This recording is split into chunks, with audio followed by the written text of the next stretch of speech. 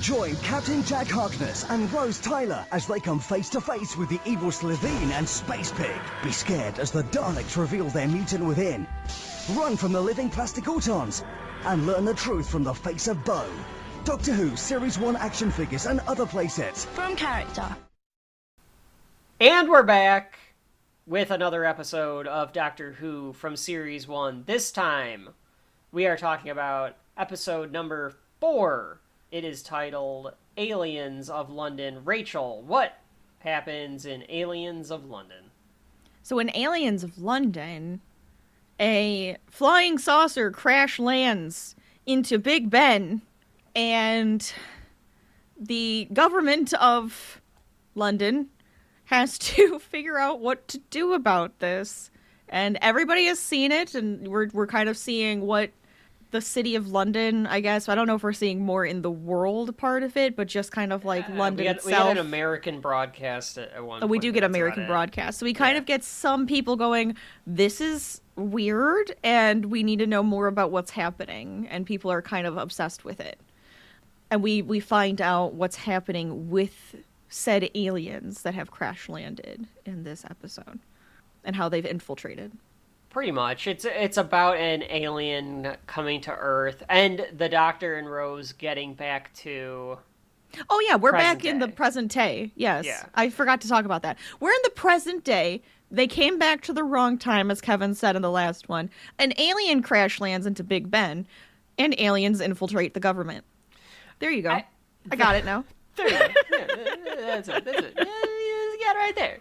I was curious about this, Rachel, because it is... I wondered if this was one of those, like, we're going to make it more modern, we're going to make it more centered on Earth, and, like, how Earth deals with this stuff. Because I asked you in the first part of our series here on Doctor Who, do the people around this weird stuff understand that weird stuff is happening? And I wondered if this is one of those times where it's like, we're going to make it more modern. We're going to make it so that the government's involved, and it's like almost X-Files-ish, and the people, like, realize that there's aliens now and stuff. So, like, this is the first time that, like, oh, shit, this is, like, weird. And the Doctor is, like, a thing. And it's kind of more known now. This one's a big broadcasted one, I would say. Yes. Yeah. Fair. Okay. I think that's fair. More stuff comes later, but yes. I've never watched the stuff from the 60s through the 80s, but I was wondering if... And I know that you've probably limited on that because you're more of this time period as a fan. Mm-hmm.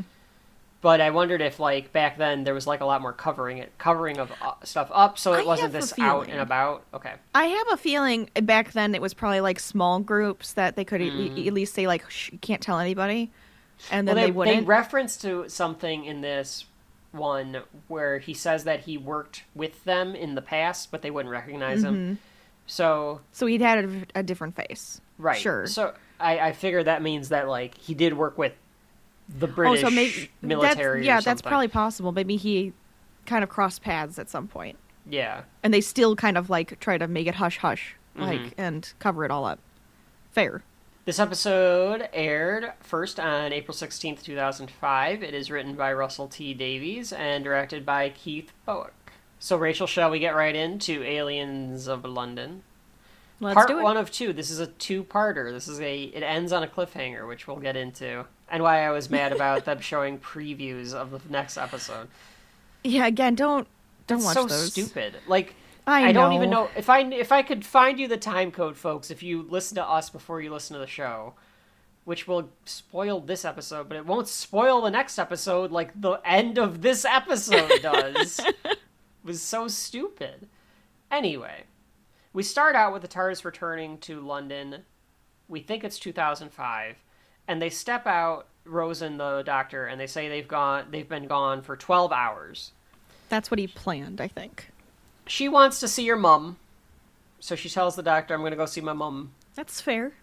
Yeah, because she can see her mum. For her, it's been like 4 days or something, and it's probably been like a week, right?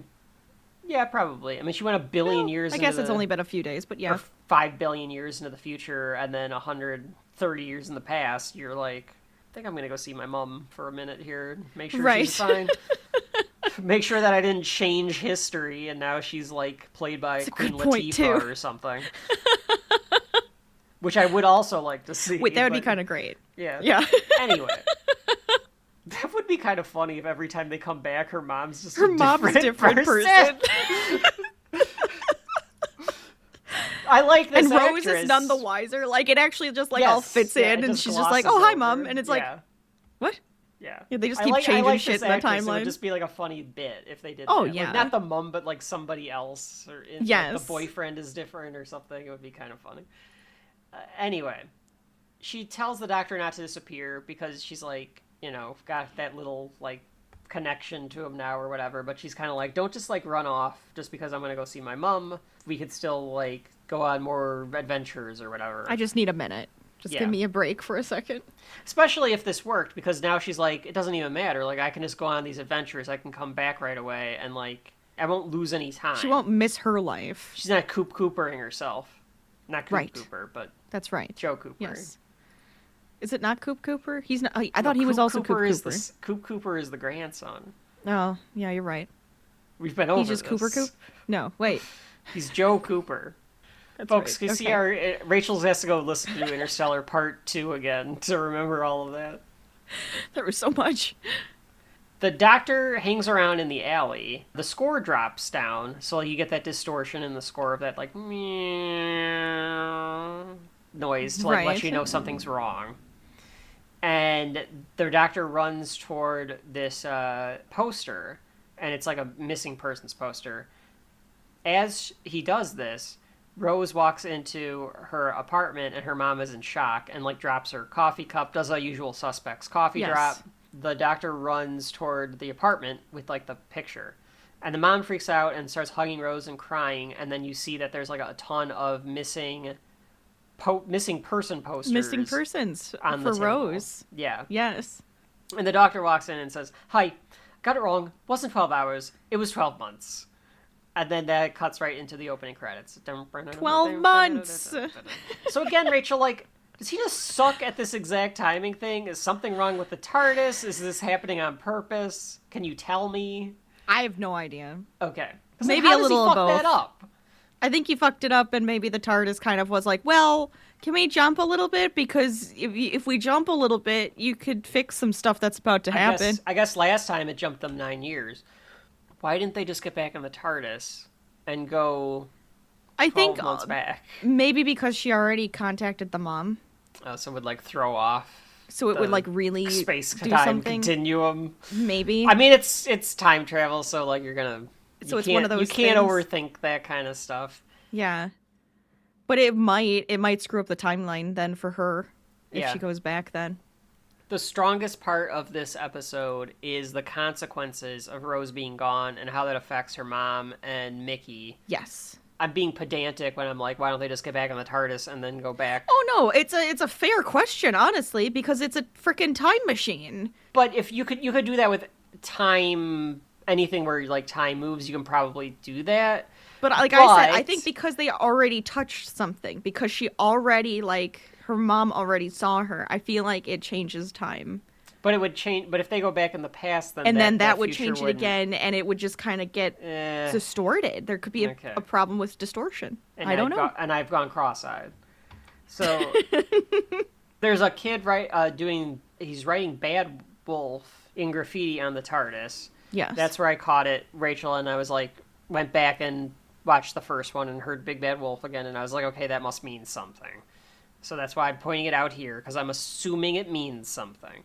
And I keep thinking that there could be a potential for something. Bad Wolf Productions might be what has taken over the new Doctor Who, and maybe that's why I thought it stood out. Is that their new production name? I think so. Hang on, let me check. Funny. I thought that's what it is called. Yeah, Bad Wolf is the production company. Was made in 2015 to do Doctor Who. Oh, maybe that's all it is then. So I probably have seen that and thought, okay, I'm putting all of that together. Nah, it's totally just that. But I assume it means something in the show, because it's like,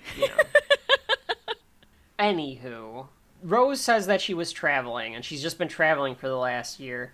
And her mom, I can't remember her mom's name. What is her mom's name, Rachel? Because I'm just going to keep saying Rose's mom. Is it okay to just keep calling her Rose's mom? I mean, you can. My brain is not is funky. Hold on. Jackie Tyler. Okay, so if I say Jackie Tyler I'm or sorry. her mom, that's synonymous. So her mom says that she couldn't have been traveling. Your passport's in the drawer. Where would you have gone? You didn't call the entire year? She did, fair. though. She did call, but we don't know when that was. Yeah. The next day. Right. But you're right. She did call. She did call. That's not totally true. The doctor says he employed her as a companion, and the police which also are there... sounds like right. Well, because the police are there to kind of Jackie called the police to be like, oh, of my course. daughter's here, like call off the search or whatever. But then the police are like, well, we need your statement of like where you've been. Right. And so the police are there and are like, okay, companion, is this like a sexual thing? Right. And they're both like, no. Which, yeah, you would think that. You'd think she's like an escort or something. It's either my dog or it's my escort, yes. The mom is like, what are you, 40, 45? Which, as a mid-30s man, I'm like, oh God, I'm creeping close to that. I hope I don't look like the doctor. She says, like, what, did you find her on the internet? Probably some pervert, not even a real doctor. And then she says, like, okay, well, if you're a real doctor, then, like, fix this, and slaps him across the face. Oh, my God, yes. Which I appreciated. Oh, it was great. It was great. I think he probably deserves that slap. I think he also, maybe he knows he deserved that, considering he screwed up and brought her a year later. Like, imagine if he really, like, would have fucked up and, like, brought her, like, 10 years in the future or something. Oh, my God. Or even further. And, like, the mom's dead or something. Old lady. Rose has experienced a bit of Interstellar now. Like, she has lost a year. She truly has lost a year, too. Because it's like, she hasn't been in the TARDIS that long. But, like, her timeline, this is truly, like, a year later. Yeah. She Captain America'd herself into this 2006. Just a little bit, yeah. The more she spends in the TARDIS, though, I think that's probably going to screw up her time a lot, too, though, if you think about it. Well, I mean, she's getting cancer, Rachel. Right, exactly. So Rose is crying, telling the mom that she's sorry. She can't tell her where she was or anything, and that's when her mom is like, the worst part of this is that you won't tell me what happened. Like what's going on? Why can't you just tell me where you were? Because then at least, like, she can be like, okay, I understand. Because it's like one of those non-understandable things. You think that the doctor would help her kind of come up with something, but I guess, like, what are you gonna do? Yeah, I mean, he's probably trying to think, but he doesn't know, like, exactly what to say. Like, I mean, she's kind of going with probably the stuff that he was saying. You were traveling, you know? Right. I hired you. We were traveling. That's probably as much as we can say. You got to come up with something of, like, insane. What are you traveling for? Are you, like, a real doctor? Were you traveling to, like, third world countries people? To, like, do right, stuff? Where you can't get contacted. Yeah, like, what were you doing? I thought this was already good. I like this part very much, because it's showing that there's consequences to the actions of what has happened in the previous episodes. Absolutely. And that the companion's world can be turned upside down by being associated with the doctor. Absolutely. The next scene, the doctor and Rose are on a roof. I almost said Jackie. I know. Doctor and Rose are on a roof. It looks like The Room. It's a bit The Room. Fucking terrible. This green screen. It looks so bad. Yeah.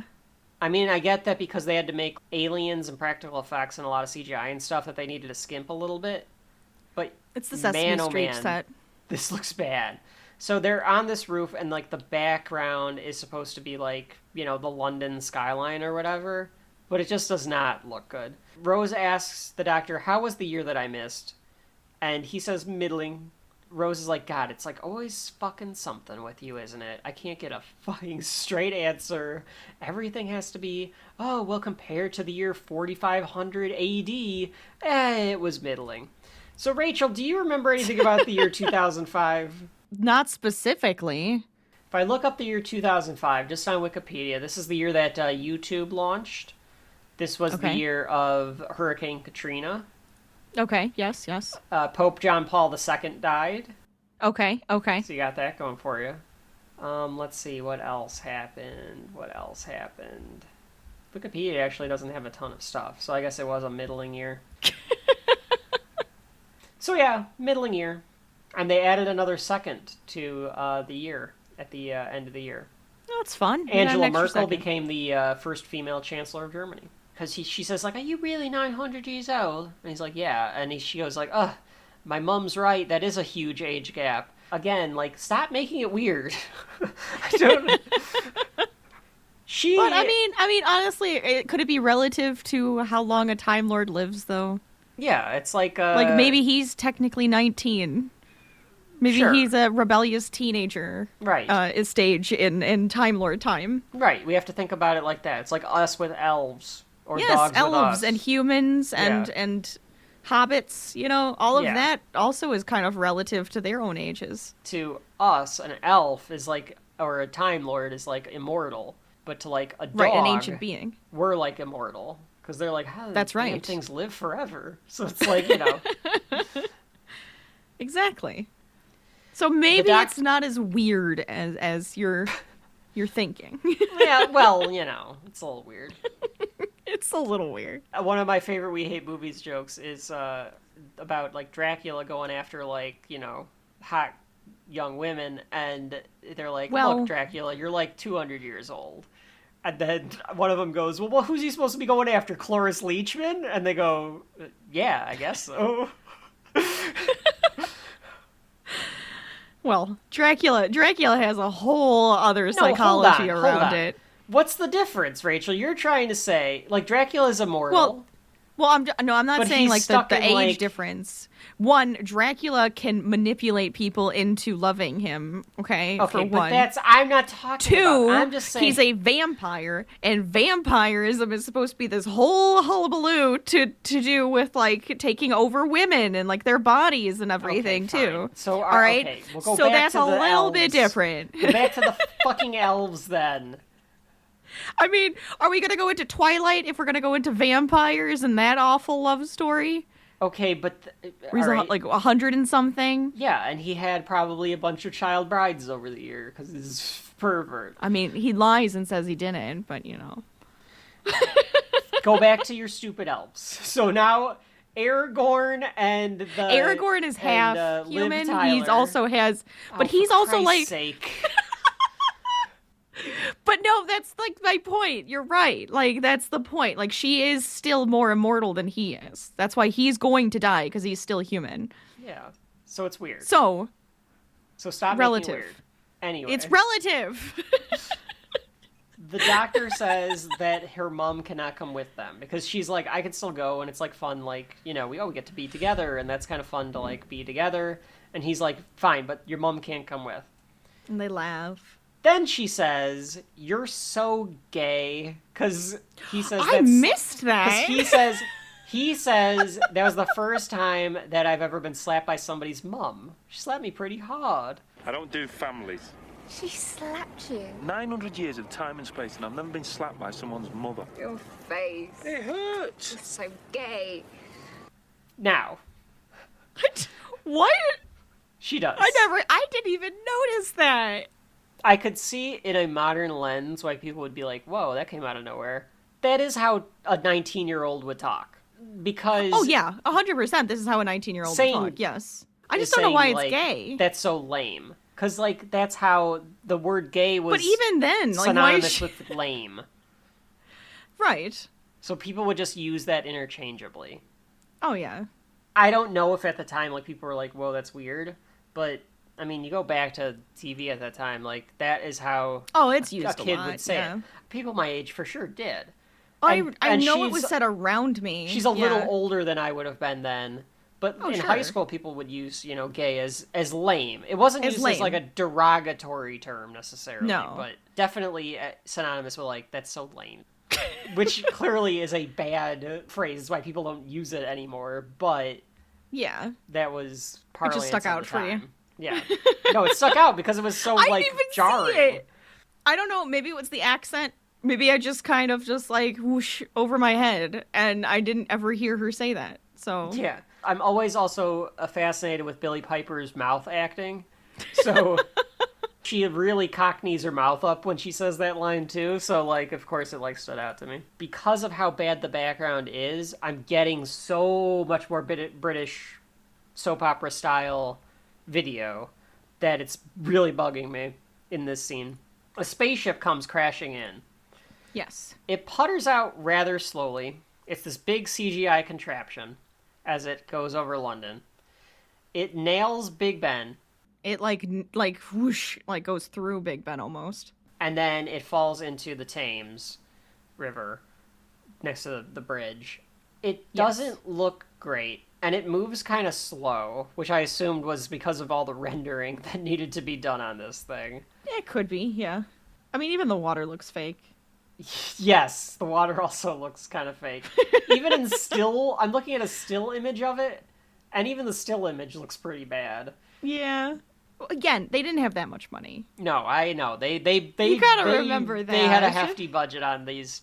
This episode and the next. Rose is mad because she's like, well, at least I'm like the only person that knows about aliens and all this stuff. So like, feels kind of special at least. And then when the spaceship crashes, she goes, "It's just not fair," because now everyone like knows. The doctor's excited though because he's like, "Oh boy, another adventure!" And then they and it's run a off. big event. This is like a big old thing that just happened. In his mind, this is first contact. He says later on, this could be the first contact. This is when humans become part of a greater galaxy and a greater universe, and they like grow up. Is the idea? Yes. Panic ensues with the military. I do like when they like run up.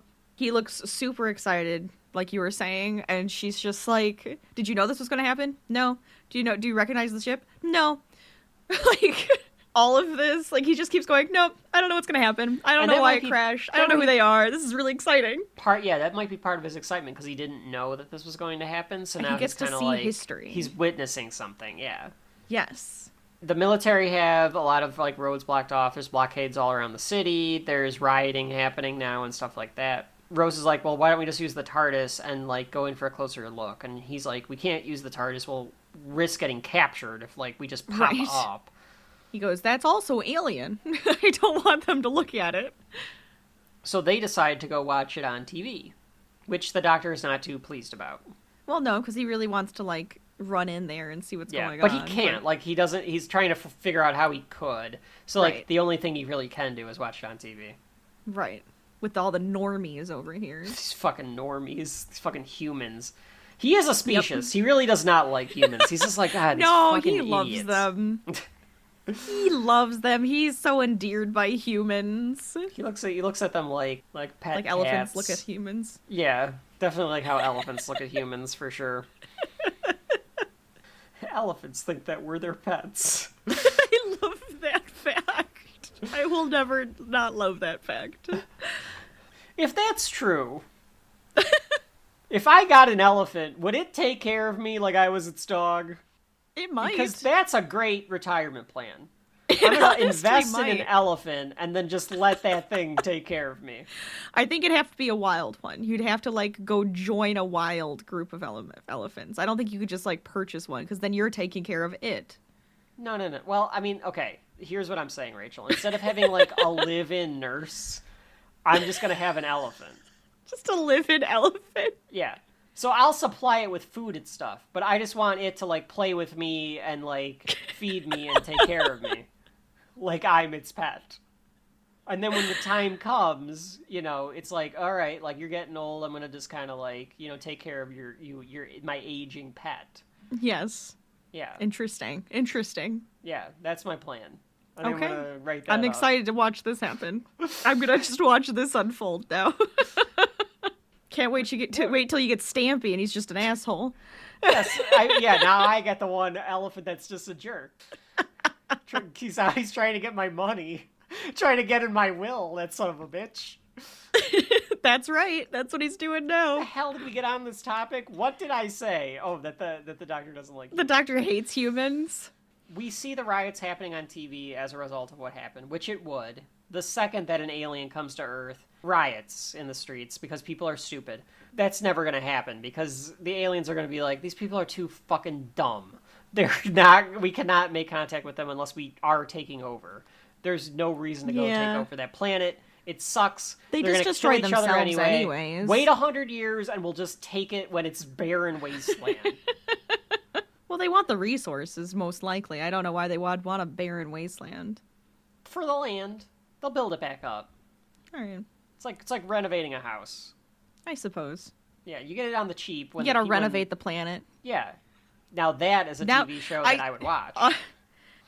I feel like that's a very Hitchhiker's Guide to the Galaxy thing.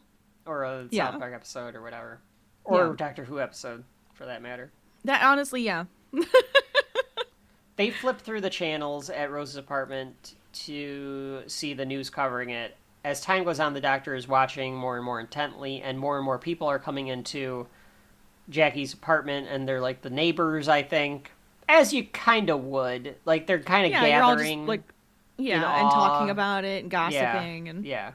We learn a body has been found of non-terrestrial origin. Yes. The doctor and then there's somebody making a cake in shape of the flying saucer. saucer. Yeah. I didn't know who this was, if we were like supposed to know who this is, if this is like a cameo or not. So folks at home, let me know if it is. But yeah, there's But just this I guy also making like a the cake. commentary on that people are like just immediately become obsessed with it into the fact like, we're gonna make a cake shaped like this thing that just crash landed on Earth. Like, right. Yeah. Well, that's how very human. Absolutely. Like whatever is right in front of us, that's what we're thinking about. The doctor fights with a toddler over the remote to try to get back to the news. I don't know why he's fighting with a toddler over the remote. I think or the why toddler changed the channel to the... Yeah, but he like, took why the would the remote. toddler... I guess maybe he thought there'd be like something toddlery. It's a kid. Yeah, he you're right. took the remote and started pressing buttons. I don't know what you want from that one. You act like this toddler is like a species that's all of its own, that's toddlers extremely are a smart. different species. Yes, they are. They're a different species. Have you seen some of these things? They're disgusting. I have. We go back to Albion Hospital, where the alien body has been brought. Yeah. And a military general is being brought in at the same time. He's trying to see what their plans are. Like, what are they trying to do? Like, obviously it's a mortuary, like a person is coming in. So, like, if a mortician's coming in, then it's got to be dead. Yeah. I liked all this lead up to it's very interesting. This first half of this episode is very good, I think. Yes. Minus the bad special effects. However... I think that you would tell me this, because there's bad special effects throughout this entire episode. I feel like Doctor Who's one of those shows where you have to let your imagination take over for parts of the lacking. Enjoy it. Just enjoy yourself. Yes. That goes for you all, too. Yes. All right. From Austin Powers. Yeah, that's your second reference. I did that exact same scene 10 minutes ago.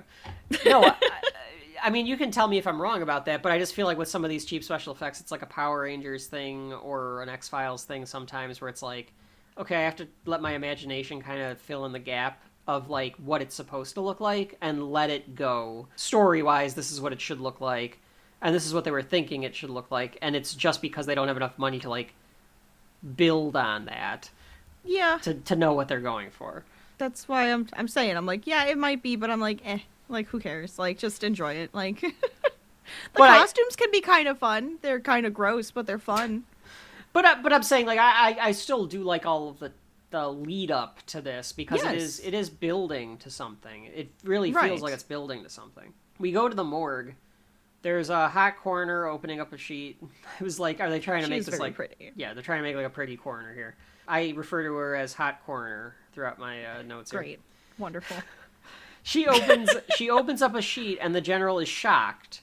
She says it's real. Scan on. She like did an X-ray or something. Yeah, she on X-rayed the body. the head. Yeah, and like it's got a skeletal structure. It's real. Like it couldn't be duplicated or something like that. It can't be faked.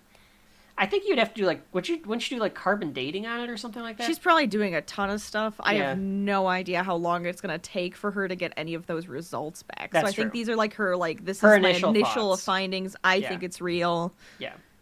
I don't know if you'd want to be X-raying a extraterrestrial right away. You don't know what that thing will Potentially do. could be a bad idea. They might have a metal. Yeah, they could have metal skeletal system that could cause issues. I guess you got to do But something. when we find out what this thing looks like, my question is, why did they have a human one? Why didn't they also bring in an animal one? Because that, I feel like, could help. What do you mean? Because it's a damned pig. Yeah. All right?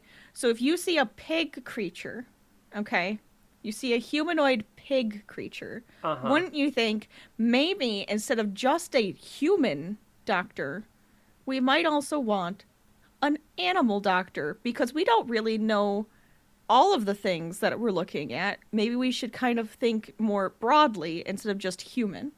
So my opinion, if I see something that looks animalistic, I'd want an animal doctor by my side too. I wondered a bit if this scientist is like a government scientist, military scientist, so she's supposed to be more prepared for a non-terrestrial. You think this is a non-terrestrial? Well, they don't know what's going on. Because they brought in just like a mortician. It was just a mortician's van driving in. So that's why I'm just like... did we see her drive in? I thought I saw a white van that said mortician on the general, on the side. but I don't remember seeing hers come in. I think it was on the TV. Okay. That's fair. But I'm just thinking, like, you would bring want in different doctors, experts. like biologists, scientists, a panel chemists. of people now to work on this thing. I guess they need to bring in somebody right away to, like, is it dead, alive, or whatever. True. And then I you guess, bring like, in the initial team, findings. which is what the general Sure. says. They're bringing in a team of experts, but until they arrive, get this thing out of sight. Like, put it behind. Okay, put fair. it in the freezer. I'm So, just like, thinking a pig creature, like it's a pig man. it's a pig man. All right. We don't get to see it before she puts it behind this wall. She asks if it's true about what they're saying about the prime minister, and the general looks surprised and turns and leaves. Yes. The TV says that there's been no sighting of the prime minister, and that, like, everyone's getting pissed at the government because they're not saying anything. Right. They've brought in this, like, low-ranking executive branch type guy. Okay. Instead, it is Chairman Joseph Green. And I wrote down that he was the Parliamentary Commission on Sugar in Confectionaries. Yes. So he is supposed to be pretty low level. He's very low ranking. Like, who else was above him that they could have probably gotten? But this is what makes this plan so genius, Rachel. That's true. Because what we end up learning is that this is an alien, and it makes it genius because, like, who's going to suspect the guy that's in charge of sugar and confectionaries? Oh, fair, yeah. So the rest of the government's been missing because when he walks in, this assistant is trying to, like, talk to him and tell him that he's the new acting prime minister because they can't find anybody. Yes, right.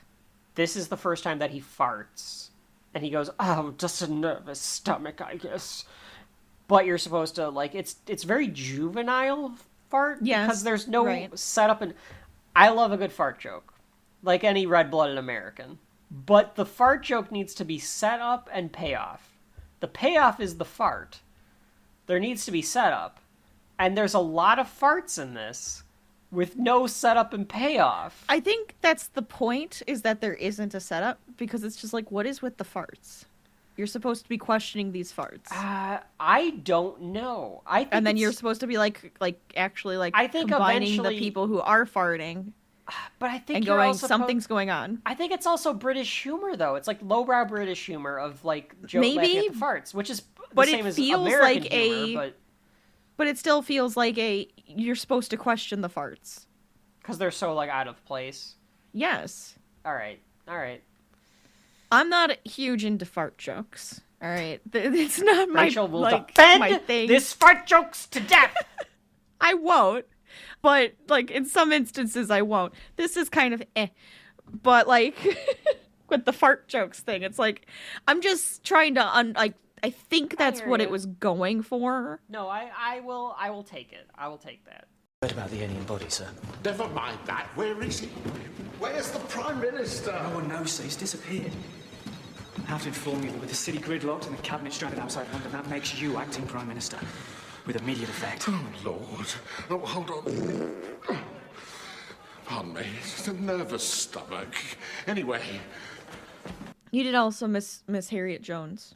I did miss Harriet Jones. I did see that this is a recurring character. Harriet Jones, who about the second to last scene, I remember, I was like, who is this woman? I've seen this woman. Is she in Harry Potter? What is this? I cannot remember. I can't figure it out. It's Sean's mom from Shaun of the Dead. Yes. Okay. Yes, it is. Rachel, you can go ahead and talk about Harriet Jones here, of like how she comes into play in this scene. Oh, she just comes straight up to, like, she's trying to find an important person to talk to. Mr. Prime Minister! Right. And I don't know if it's just because this is going on, or if she was, like, supposed to be there already in, like, She said like, she had she said she had like a 3 o'clock appointment. Yeah, or so I something. think she was just supposed to be there anyways. And Yeah. she's just like, all of this is happening, but I still need to, talk about this. This is important. So Yeah. she's, like, Talk really about pushing main herself in character there. syndrome, right? Am I right, everyone? Yeah, she's the MP for Flydale North. Flydale North, right. Yeah. So she kind of, like, butts herself into the conversation to try to get a word in with them, but they just kind of buzz her off, and it happens a couple of times throughout the episode. They take him upstairs, and we find out that the transport liaison, who is like another person, this lady, this like short, stocky, blonde-haired woman, Yes.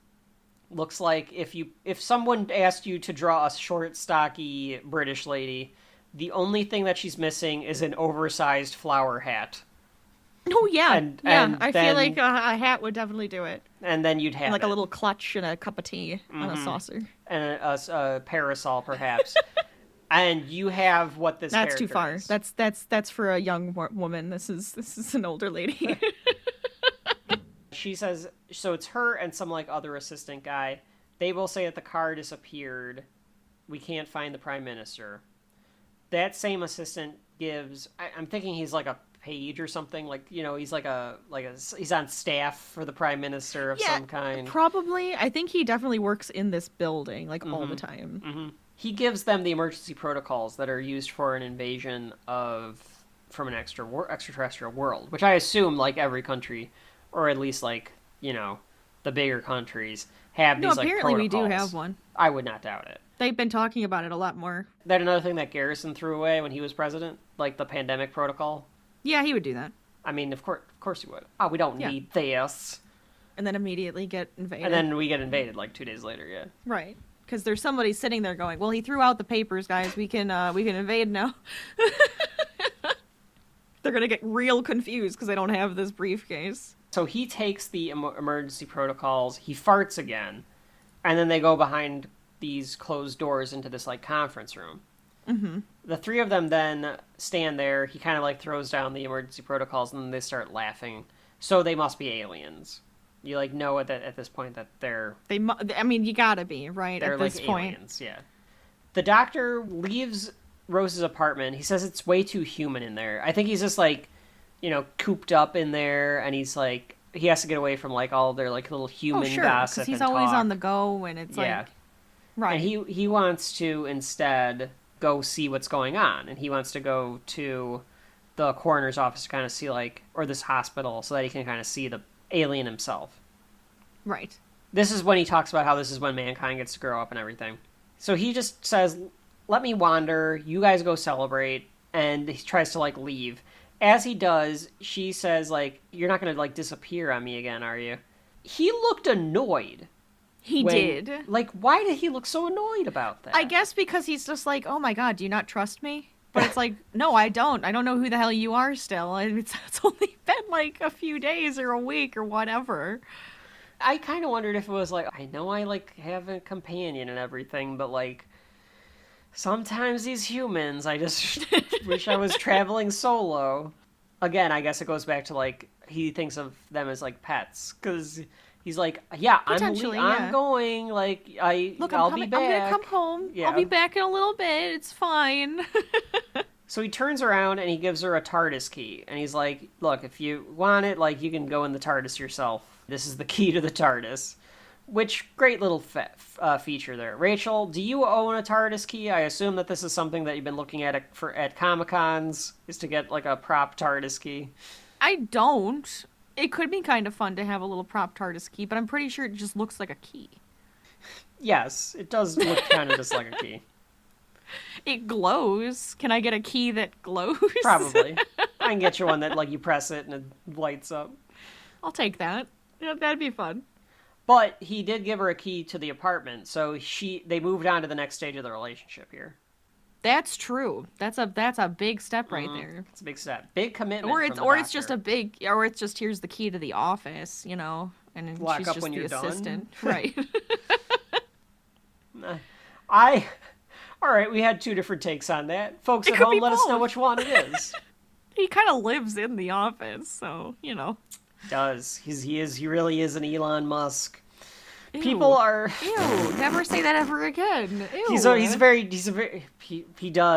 dedicated businessman, that doctor. Businessman. Because like, I'm thinking of like a businessman that would, like, you know, He's an explorer. Well, an explorer shouldn't have an office because they're exploring. He lives in his car, and he gave her the key to his car. Oh my god. Where is this going? Let's move on. People outside are partying about the aliens. There's like signs up referring to E.T., which is foreshadowing for the rest of Volume 4 of Shelf Life. There's different signs everywhere because there's one that says, "Hello, E.T." Yes, and welcome to the world. And we get back to the boyfriend. So the boyfriend is smelling his shoes on a balcony because I guess he's just airing them out. Yeah, I guess so. He sees the doctor, and the doctor goes in the TARDIS and starts messing with it. Mickey sees the doctor, though, and he, like, runs down. He's trying to, like, doctor, because, of course, he's trying to be like, have you seen Rose? Like, where is Right. Rose? Yes. But before Mickey can get there, it vanishes. And I didn't think that Mickey sounded, like, malicious when he was trying to run down the doctor. Later on, he's pretty pissed off at the doctor. I guess because he finds out that that's where she was.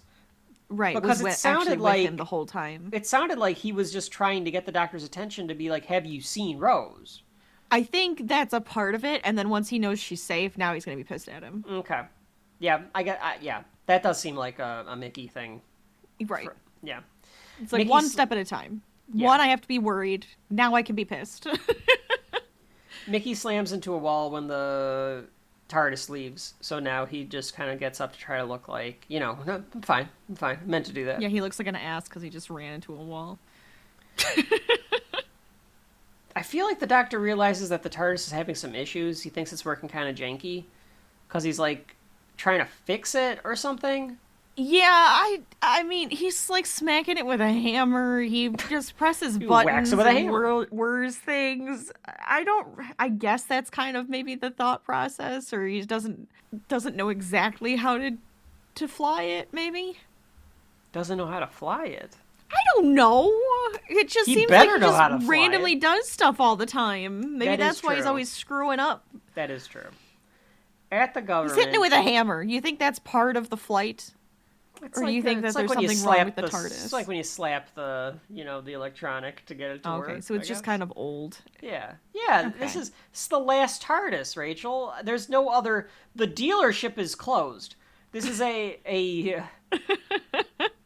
TARDIS is discontinued. They're not making any more. Like, whatever spare parts are out there for the TARDIS, that's all there are, because there's no Time Lords left. So it's probably old. It's used. He's got to wrap it in duct tape and shit. Back at the government office, Harriet is trying to bribe the assistant with some coffee so that she can get in there. And she's like, yes, everything is wonderful. It's all great. I'm glad that we've gotten this, like, spectacular day, but ordinary life is continuing to tick away. And she tries to give to the prime minister as he, like, walks back out the door. She tries to give him, for the next cabinet agenda, this thing about cottage hospitals, and starts going into it. And he's like, for God's sakes, woman, like, have some perspective here. Right. I agree with the alien at this point. Like, listen, lady, this is a little more important than whatever the hell you're talking about. We'll talk about that later, after we're done with the riots and the aliens and whatever else could be happening. I mean, they could at least file it away. say, okay, we'll get to it at some point. That's what the assistant should have said. Like, give me the proposal, we'll because, reschedule. Like, why would they let her stay in this building? They just let her stay. And then they walk off, and she just goes into this now opened door war room.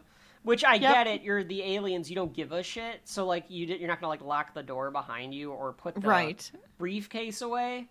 Yeah. But at the same time, if you're this assistant, tell her to go home. We'll reschedule, it'll be fine. Like, yeah, it probably took you months to get this meeting. And you're great, you're very, like, headstrong about this. Leslie Knope all the way. Definitely. I think she's planning to slip the proposal in his briefcase of just like, I think so too. He'll read it later. Right. But inside is the emergency protocols, and she takes a look at them, which, folks at home, if you ever see anywhere, but especially in some sort of government building, a folder, and it says classified on it, don't open it. Yeah, it could be kind of dangerous. It could be kind of dangerous to do that. They'll send you up the river for that. Oh, yeah. You'll be eating nothing but gravy and cornbread for the rest of your goddamn life. Some people might like that. I don't know why you're being rude about that. I was trying to think of, like, a prison meal. Gruel? All right, fine. Gruel. Yeah, you're right. It's London. It is. Yeah, it's London. You'll be eating gruel for the rest of your life. Folks at home in our British prisons, what are you eating? What kind of food you got over there? Maybe they would hate cornbread and gravy, though. They would. So you think that it's swapped? You think that the American prisons get all the gruel? We get gruel. And the British prisons get all the cornbread and gravy? Because, like, it's like to the palate of the British person, they're like, this is gross, give me my gruel. We have to give them the grossest food that person thinks is... Cornbread's good. I like cornbread. I do love cornbread. Yeah. Get a little butter on there, warm it up. It's great. A little gravy on biscuits and gravy is actually not too bad either. You get a good set of that. This is the second or third time we brought up biscuits. It's going to be hard for them to find something I don't like. Beans. Make me eat beans forever. I'd hate it. Back in the morgue, the coroner, in a completely dark room for some reason, the only light she has on is the desk lamp. If I have a dead alien in the freezer, I'm going to turn on a light or two in the room that I'm in, because there's a dead alien in the freezer. Just a thought.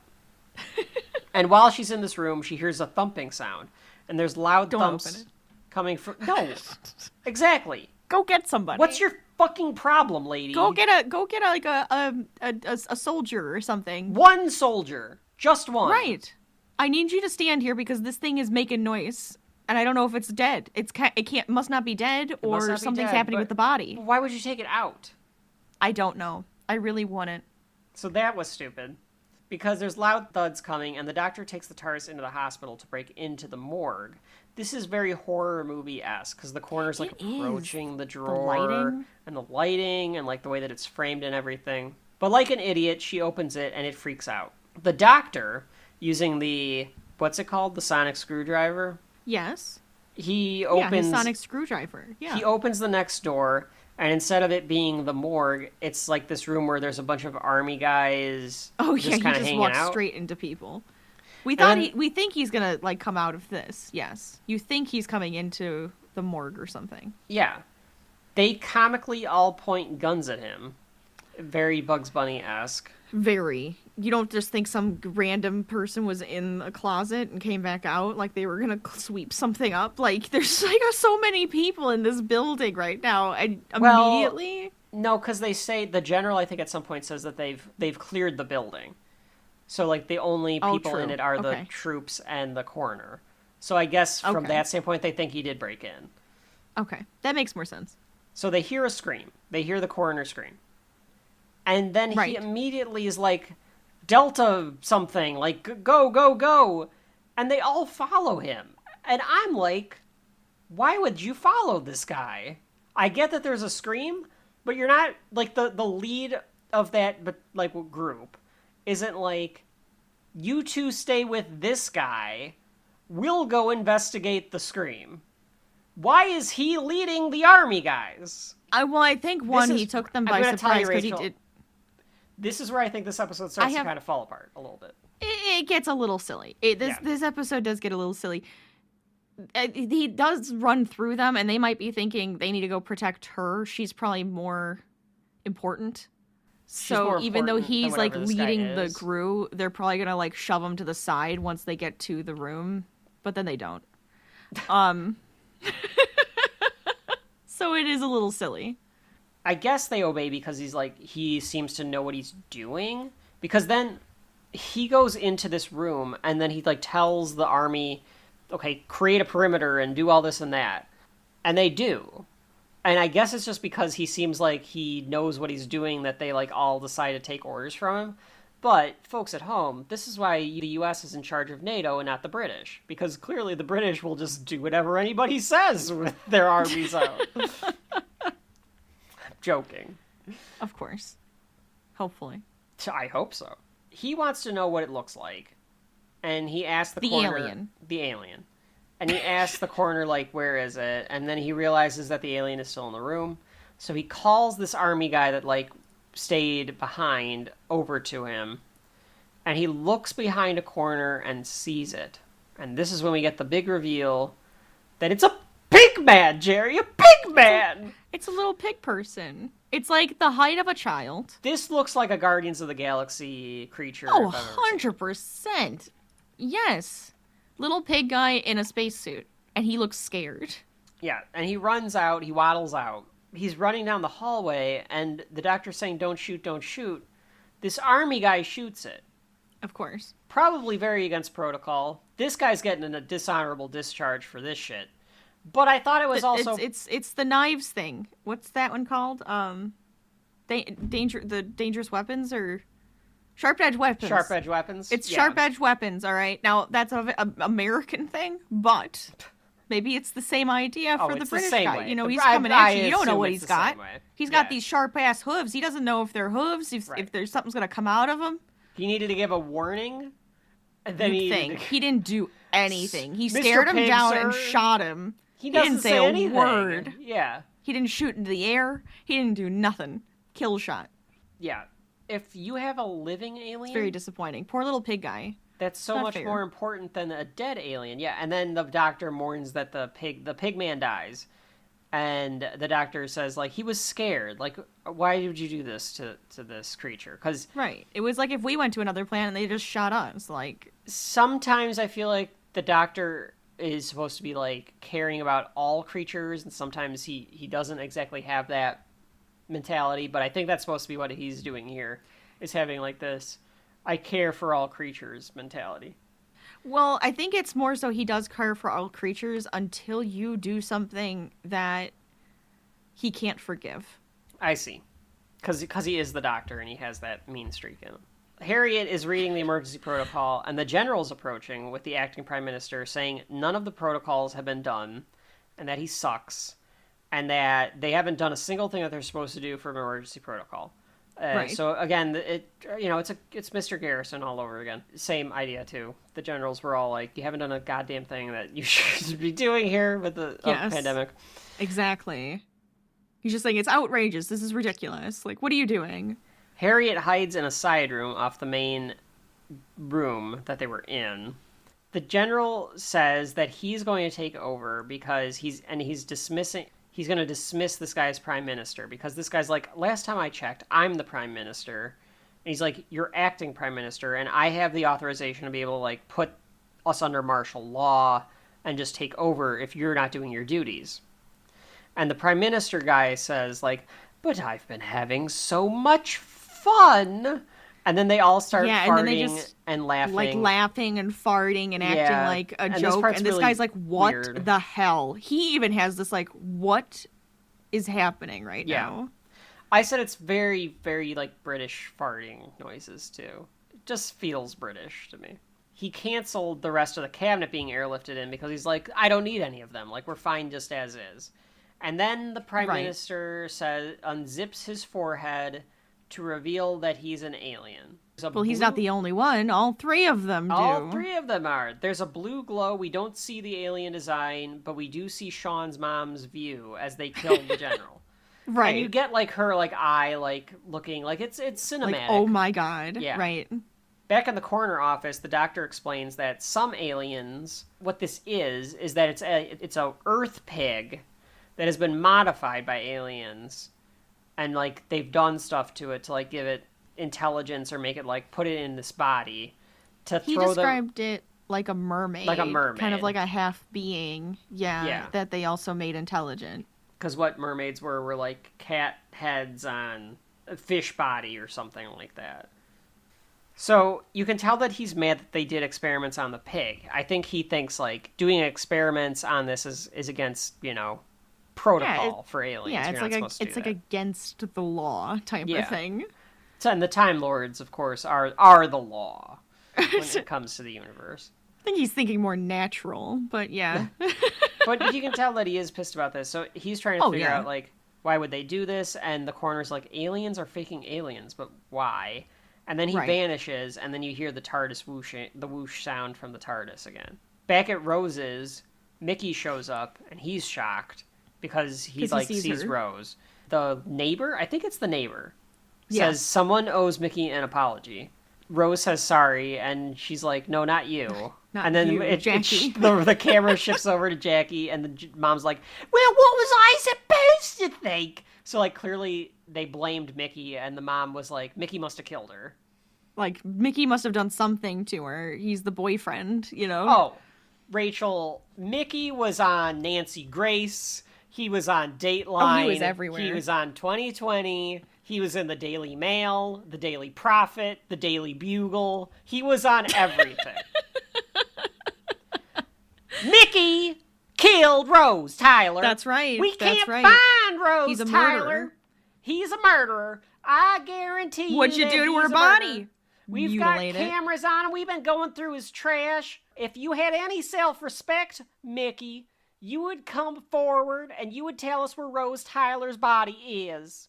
Her mama is waiting so long to see her baby.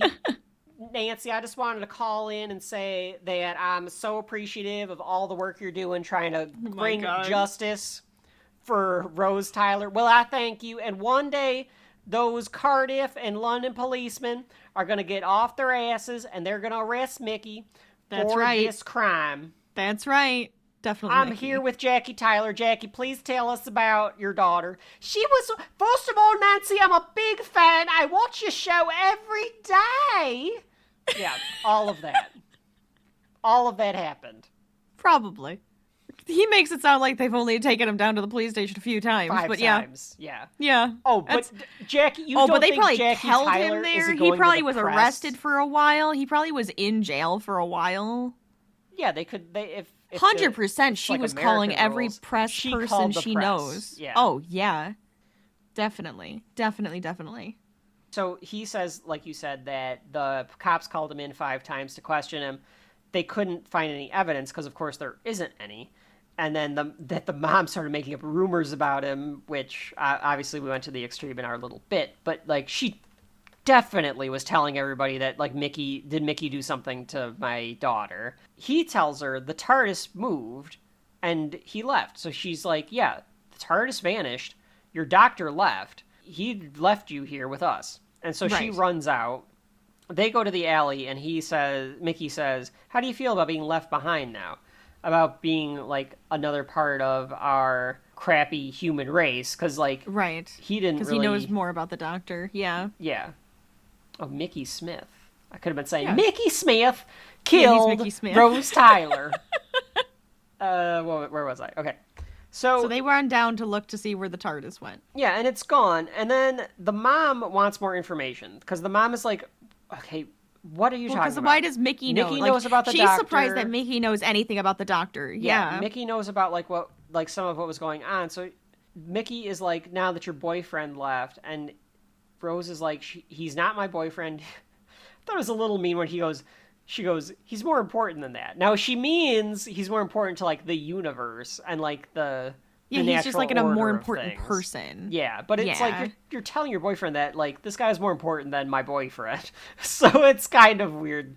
The phrasing is off there. Yeah, the phrasing is a little odd. The key begins to glow, and there's a noise, and they The can't... whirring. The TARDIS. The whooshing, yeah. They can't get Jackie I call away. it whirring, but okay. What's it called? A whirring? That's the... I said whirring, Okay. and you said whooshing. I say whooshing. They can't get Jackie away before the TARDIS shows up, so now she's seen the TARDIS. So, like, now she knows, like, this is alien or a magician or Something happened. Like, The Doctor is mad that her mom is there because he doesn't want any domestic problems. And they all enter the TARDIS, and Mickey starts, like, yelling at the Doctor, and he's like, see? Domestic. And he calls Mickey Ricky, and he's like, no, it's Mickey. And he's like, it's not, it's Ricky. And he's like, I think I know my own name. And he's like, do you? Do you know your own name? So it's like the Doctor again just being, like, playing mind games, I think, with Mickey at this point. yeah, I think this is definitely a mind game with him and just calling him by the wrong name on this one. It's like a game. The Doctor and Mickey start fighting, not literally, but, like, verbally fighting. And the mom runs out, freaked out, because of course she just walked into a little square thing, and it's massive on the the inside, and she's like, the alien stuff happening, and he's got to be an alien, and, like, what's happening? Like, what is going on? Rose wants to go after her, but they start kind of, like, working on something in the TARDIS. The Doctor says that the crash was too perfect. It was like hitting Big Ben. It's, like, so obvious, and then it like flew over London to, like, gain as much attention as possible before, like, crashing.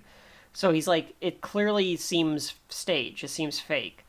Right. Yeah, it's fake news. It's a red Of course. flag. Absolutely. Folks, Oh, the no. crash. No, I won't do it. Don't you start. You've done a lot of voices today. And Mickey says that it seems like a funny way to invade, putting the whole world on red alert. And they're like, yeah, that's a good point. So now they're like, have to try to figure out, like, hey, what are they up to? Like, who's up? Somebody's up to something. Right. And who are they, and what do they want? The mom doesn't know what to do because she's just in shock now, and she thinks that her daughter is in trouble. She's been gone for a year. She can't say where they've been. The Doctor is a magician or an alien or some sort of wizard person. So she's worried. So Yes. the news has She's a worried mom. The news has a helpline number, which the mom calls. Now, I don't care who she is, Rachel. She's a filthy snitch. I don't care how worried she is. She snitches on them. Yeah. Snitches get stitches, I Rachel. would assume, I guess at this point her daughter's not telling her anything, so even if she asked now, she's like, she's not going to tell me anything. She won't tell me anything. Is she in trouble? I don't know. I feel like I have to do something, and so she calls. But she's snitching. The intelligence agency has an alert set up for the Doctor and TARDIS if in the event of, like, aliens, I guess, because he's been spotted before. So you Yes. think, like, they're going to elf him. They have some sort of file on him. Yeah. Yeah. They're going to try to capture him like Elf or That's right. Roger, and they're going to take him in. Exactly. Meanwhile, the Doctor's trying to Do fix the experiments TARDIS. on him. Yeah. Wouldn't you? So what's he got down there? So you, like, all human, or what's going on? So meanwhile, the Doctor is trying to fix the TARDIS. Yes. Rose tells Mickey that she's sorry. I put, just say you accidentally were gone that long. Just say She had said that. She goes, I didn't know I was going to be gone that long. I didn't know that was going to happen. But why don't they just explain that? Like, yeah, that's what I'm more? saying. I feel like they don't just explain say, that enough. At they least to never Mickey. say. At least to Mickey. If you don't want to tell the mom too much, which at this point you might as well because now she's seen the TARDIS. Exactly. Just tell them. We thought we were coming back right after we left, but it made a mistake, and that's why I was gone so long. That's all But you I mean, have she to does say. do that. She does explain that. She goes, "It's only been a few days. We were supposed to come back, like, right then, and it was the wrong time." Yeah, and then she But says he's that, still upset. yeah, well, you he know. says, like, well, so it wasn't even enough time to miss me, right? And she's like, no, I still missed you. She asks him if he got a girlfriend or anything in the last year, and he's like, no, not really. I like the pause, and then he goes, on account of everyone thinking that I murdered you. So it was hard to get a date. I mean, it's kind of true. And during that time, too, would it have looked even more suspicious if he was just look like, at yeah, this. I found somebody new. Mickey Smith has been spotted at a Starbucks with a girl. So Mickey Smith has moved on with his life. You know who can't move on with her life? Rose Tyler. Rose Tyler can't take her. Where's Rose Tyler? More after this. I don't know if anybody know who Nancy Grace is anymore, but like that's my only like frame of reference for. I think she actually comes up show. in this at some point. I want to say that there is when they do like the news like thing. That kind I of character. think that happens. No, I think Nancy Grace is like in this at some point. Oh, for like the love actually, of God. Nancy Grace actually says something at some point. Oh dear Lord. I want to say it's in this. Maybe I might be thinking of something else, but for those that don't know, Nancy Grace, considering the time period. Yeah, I think she's on some like loony right-wing news station now. Oh, she still does stuff? I think on some like far I thought she just right. dropped off the face of the earth. I'm not All even right. going to Google her because she's not worth it. But she was this like bombastic lawyer talking head on like one of these news stations in like the mid-aughts. You and I remember her because they would make fun of her on The Soup all the time. Oh yeah, But and she was just so obnoxious. She was obnoxious, and she would like take on these like crusades against like a woman that would be missing or whatever, and that's fine, all well and good. But she would just throw out these ridiculous like accusations. Oh my God. She would throw people under the bus and then just like trample them. Yeah.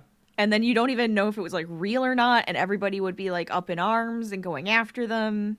Yeah. So that's me doing a Nancy Grace with Mickey Smith here, because something like this would be like she would be salivating at like a pretty blonde girl going missing for a year. 100%. And the boyfriend is black. Oh, she would go nuts for that. She was so gross. She was so gross. So that they don't go down the rabbit hole of looking her up. That's true. This is for your protection, people. That's right. They take a look at how the spaceship fell, and the doctor, using some sort of technology in the TARDIS, says that the spaceship had to have left Earth, circled around the Earth, and then came back down because of the way that it, like the trajectory of how this like worked. So he's like, that suit or that ship has been here for a while. One of the aliens has been put in the general's body and is wearing the general as a suit now. Yes. Great human suits. They killed him. They look like cheap plastic, which, because they are. They're just like little, like, latex suits. But I mean, it's funny that they like, we suck out all of the stuff and we just make like a suit out of the skin. Yeah, alien technology. I'm gonna make and all then these they're like, suits. yeah, that's good. Yeah, I was consulted to help make these suits for these aliens. After I made my woman suit, I came over and I made all these suits for these aliens. No. Why are you... I am doing a lot of voices tonight, you're right. Why did you just switch to that one? So Get I was out of making, here. We're I not was Silence making of a the woman Lambing suit. this. I was making a woman suit, and I decided to make these suits for these aliens because they hired me. Horrible. What? Alright, fine. Too far. Without Rachel allowing says that I've gone one. too far. The assistant comes in and says that they found the doctor, and he's the ultimate expert in alien affairs. And like, it's this whole thing where they've set up and they've like kind of triggered that this is supposed to be done whenever you find the doctor. We go back to the TARDIS. He's got cable on the TARDIS, essentially. So they're watching the news again. Yes. And they say that, and the news says that they're bringing in UNIT. And the doctor says, I know these UNIT people. And Vicky says, yeah, he worked for them in the past. If you go down the internet rabbit hole enough, you find a lot about the doctor. His name is all over history, followed by a list of the dead. So again, the name is the doctor. They're not gonna have his like actual name if that's what you were like. The way you said it just sounded kind of funky. Well, yeah, but he's like his stamp is all over it. You can find him all over. Right. I do like that they continued with the theme of death follows him. It does feel that way. Yes. So Rose says, why don't we just go meet with these UNIT people if they know if you've worked with them? And he says, well, they wouldn't recognize me. I've changed a lot since the old days. Which I still think, though, if you came in as like, hey, I'm the doctor and I can kind of prove it. Here's my fucking sonic screwdriver or whatever. Here's the screwdriver. Like, I think it would take like 2 minutes to explain it to these people, but whatever. Probably. He says he needs to go undercover. I think he just doesn't want to deal with the government. he might not like them. Yeah. Maybe he doesn't like work. He didn't like working with them in the past. So he's like, I don't really want to deal with them now. Before they leave, the government and army surround them as they leave the TARDIS. Mickey runs like a coward, because he is. And then the mom tries... He's got a very heavy flight, safety net. I would there. run. Absolutely. Actually, I wouldn't run because they would shoot me. So, which I'm surprised they didn't shoot him. Maybe they didn't see him. Well, they're after the doctor, I guess. They're very focused on the doctor over here. Yeah, my fight or flight response, I guess I would freeze, because if my brain was able to go, they'll shoot you, Kevin, then I would stand still. You're just like, I'm here. Maybe they won't do anything. And then I would shit my pants. Oh, probably. Kevin makes a fart joke right there, then right in front of the government. It would... Oh my god! Yeah, for sure. Yep. You're arrested after we change your pants. Jackie comes in, tries to get Rose out, but they take the doctor and Rose. I liked the doctor's line here where he says, "Take me to your leader." I like that. Yes, because now he's just being an ass. Take me to your leader. So now Rose thinks they're being arrested, but they're in this, like, town car or whatever. And she's like, this is pretty posh for being arrested. And he's like, we're not being arrested. We're being escorted to Downing Street. Downing Street is the White House, Rachel, for your equivalence on this. Well, I know that. Oh, okay. Because of this. Of course. It's where the Prime Minister lives. Mr. Prime Minister! That's Australian from The Simpsons. I don't know why I'm doing that one. He's been noticed before, the doctor says, and they need him now. So that's why they're bringing him in. Now, they bring him in, and they get out of the car, and there's press everywhere, and he's getting his picture taken, he's waving to the cameras. I would have thought that this would be something he would try to avoid. Yeah. But... He changes his face, right? I guess so. And the way that Christopher Eccleston plays this doctor is, he's not full of himself is a bad way to phrase it. He is. Okay. All right. Yeah, but that's what I'm saying. He enjoys the spotlight. He enjoys the spotlight for sure. I think he enjoys, people giving him attention. Yeah. Which is probably another reason he wanted to leave the flat, because they're not giving him attention. Yeah, they're nobody's paying attention to him. Yeah. Right. The police talk to Rose's mom again. This time there's a farter. A police officer, clearly full of gas, says he needs to talk to her. Sean's mom... very uncomfortable. Yes, he looks very uncomfortable. Harriet comes into a room where a lot of people are gathered, and you can tell she's trying to find someone to talk about. Tell about the aliens or talk to. Yes. Because she saw the aliens kill the other guy. So... Yeah, so she's trying to, sneak around. I thought she would have been a little more cautious. She, just walks right by the green prime minister guy. Well, they I wanted her to, I know, but, they're belittling her. They know she's, not important. She should look kind of really, sneaking by, please don't think I know. I don't know. I didn't get that. She does look, she's got the constipated look on her face that looks like she doesn't want anybody to, really give her too much attention, but she's got to find somebody that she thinks she can trust. Okay. I think she does, at least. I'd have to go back. Pursing her lips. She looks, tense and tight and stiff. I'd have to go back and see it again, but I think you're probably right about that. Now, the doctor comes in, and the assistant gives him his badge, or ID card, I think it is, and Rose is not allowed to go in the conference room. And he's like, well, she's my companion. She goes wherever I go. And he's like, no, you don't get it. No one's allowed in here except for, people with level 9 clearance or whatever. Just you. Right. It's you. And she doesn't have clearance. It's these unit guys. It's Nick Fury. Yes. And that's about it. Right. So Rose is like, it's fine. You can go in.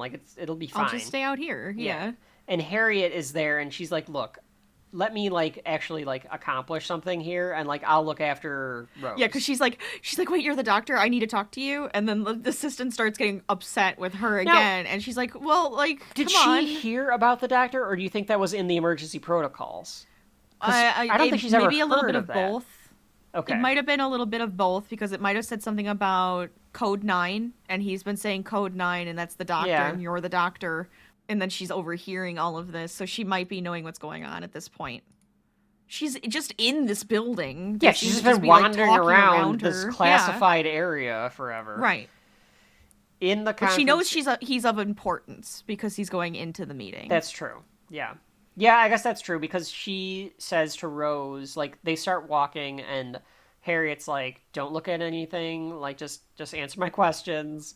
And they go to like an area and she says, like, your boss or whatever, he knows about aliens, right? Like, he's an expert. That's why he's here. Yes. Yeah. Right. And that's when she says, like, and Harriet starts breaking down, telling Rose about what she saw. Yeah. Right. Which, like, you saw somebody get sucked or whatever the hell happened. And she's like finally able to like let it out and tell somebody, this is what just happened in front of me. Oh my god, I saw somebody get murdered by aliens that came out of people suits. After they farted all over the room and it smelled.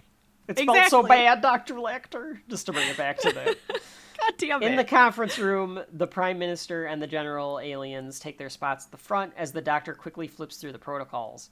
And then the Doctor kind of takes over the discussion because he says, blip came out of the North Sea, and you were all going to investigate it, but then all of this stuff happened. And he thinks that this is all a diversion. At the same time, Harriet is showing where the suit was, because, like, of course, the aliens just kind of threw the suit into, like, the closet or whatever. Right. And Rose is like, look, I believe kind you. Of like... How'd they get back in that room? How'd they get up the stairs to go back to that room? There's not, like, military all over? Or does Harriet have enough clout? Like, how are they letting them back in? I mean, all of the most important people are in that room. The military The military guys are probably only looking at the exterior doors. She's already in the building. There's probably, like, nothing really up here, and they probably just snuck up the stairs. Okay. That's gonna be... Because, I mean, like, the assistant guy does, like, run up there and going, like, why... You guys aren't supposed to be up here. Yeah. So, like, he does, like, eventually realize that they went upstairs. But I think that they did just sneak upstairs. Okay. I will let you have this one, Rachel. But there's just so much hullabaloo happening. So much hullabaloo. Rose thinks there must be some sort of tech that would allow them to do this. Because, like, all she knows about aliens now is, like, they're much technology and stuff. So she starts just fiddling through shit. And she opens up a closet, and then the Prime Minister collapses dead on the floor. That's when the assistant comes in, too. Exactly. And sees the dead Prime Minister. And now everybody's just like, what?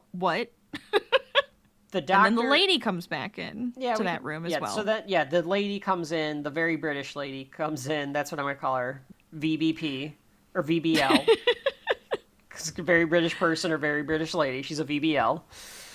That's right. She comes in and she's like, oh, somebody was awfully naughty in here. And in the meantime, the doctor is realizing, he's like coming to the conclusion, this wasn't a diversion, this was a trap.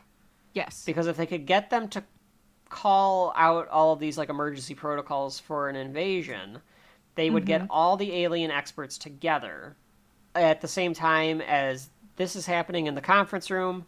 Lady is with Rose and Harriet and the assistant, and then the mom has the police officer at the house.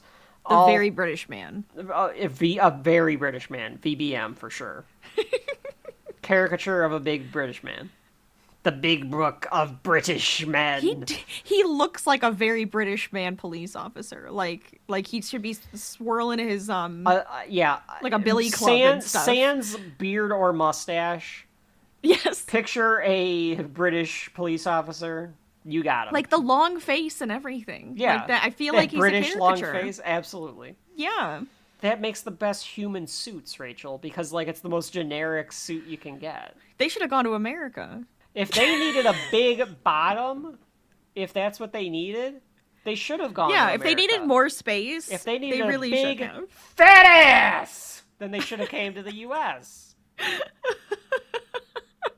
It's so sad. But it's true. It's true. If they needed that extra space for all that gas and fat, then that's where they should have gone. They all start unzipping their heads. Yes. The police officer has a very obvious zipper compared to the other aliens. He did, yeah. Well, I mean, he had a hat on, so he was hiding it. Maybe his suit just didn't fit properly. You know, he couldn't hide the skin over it.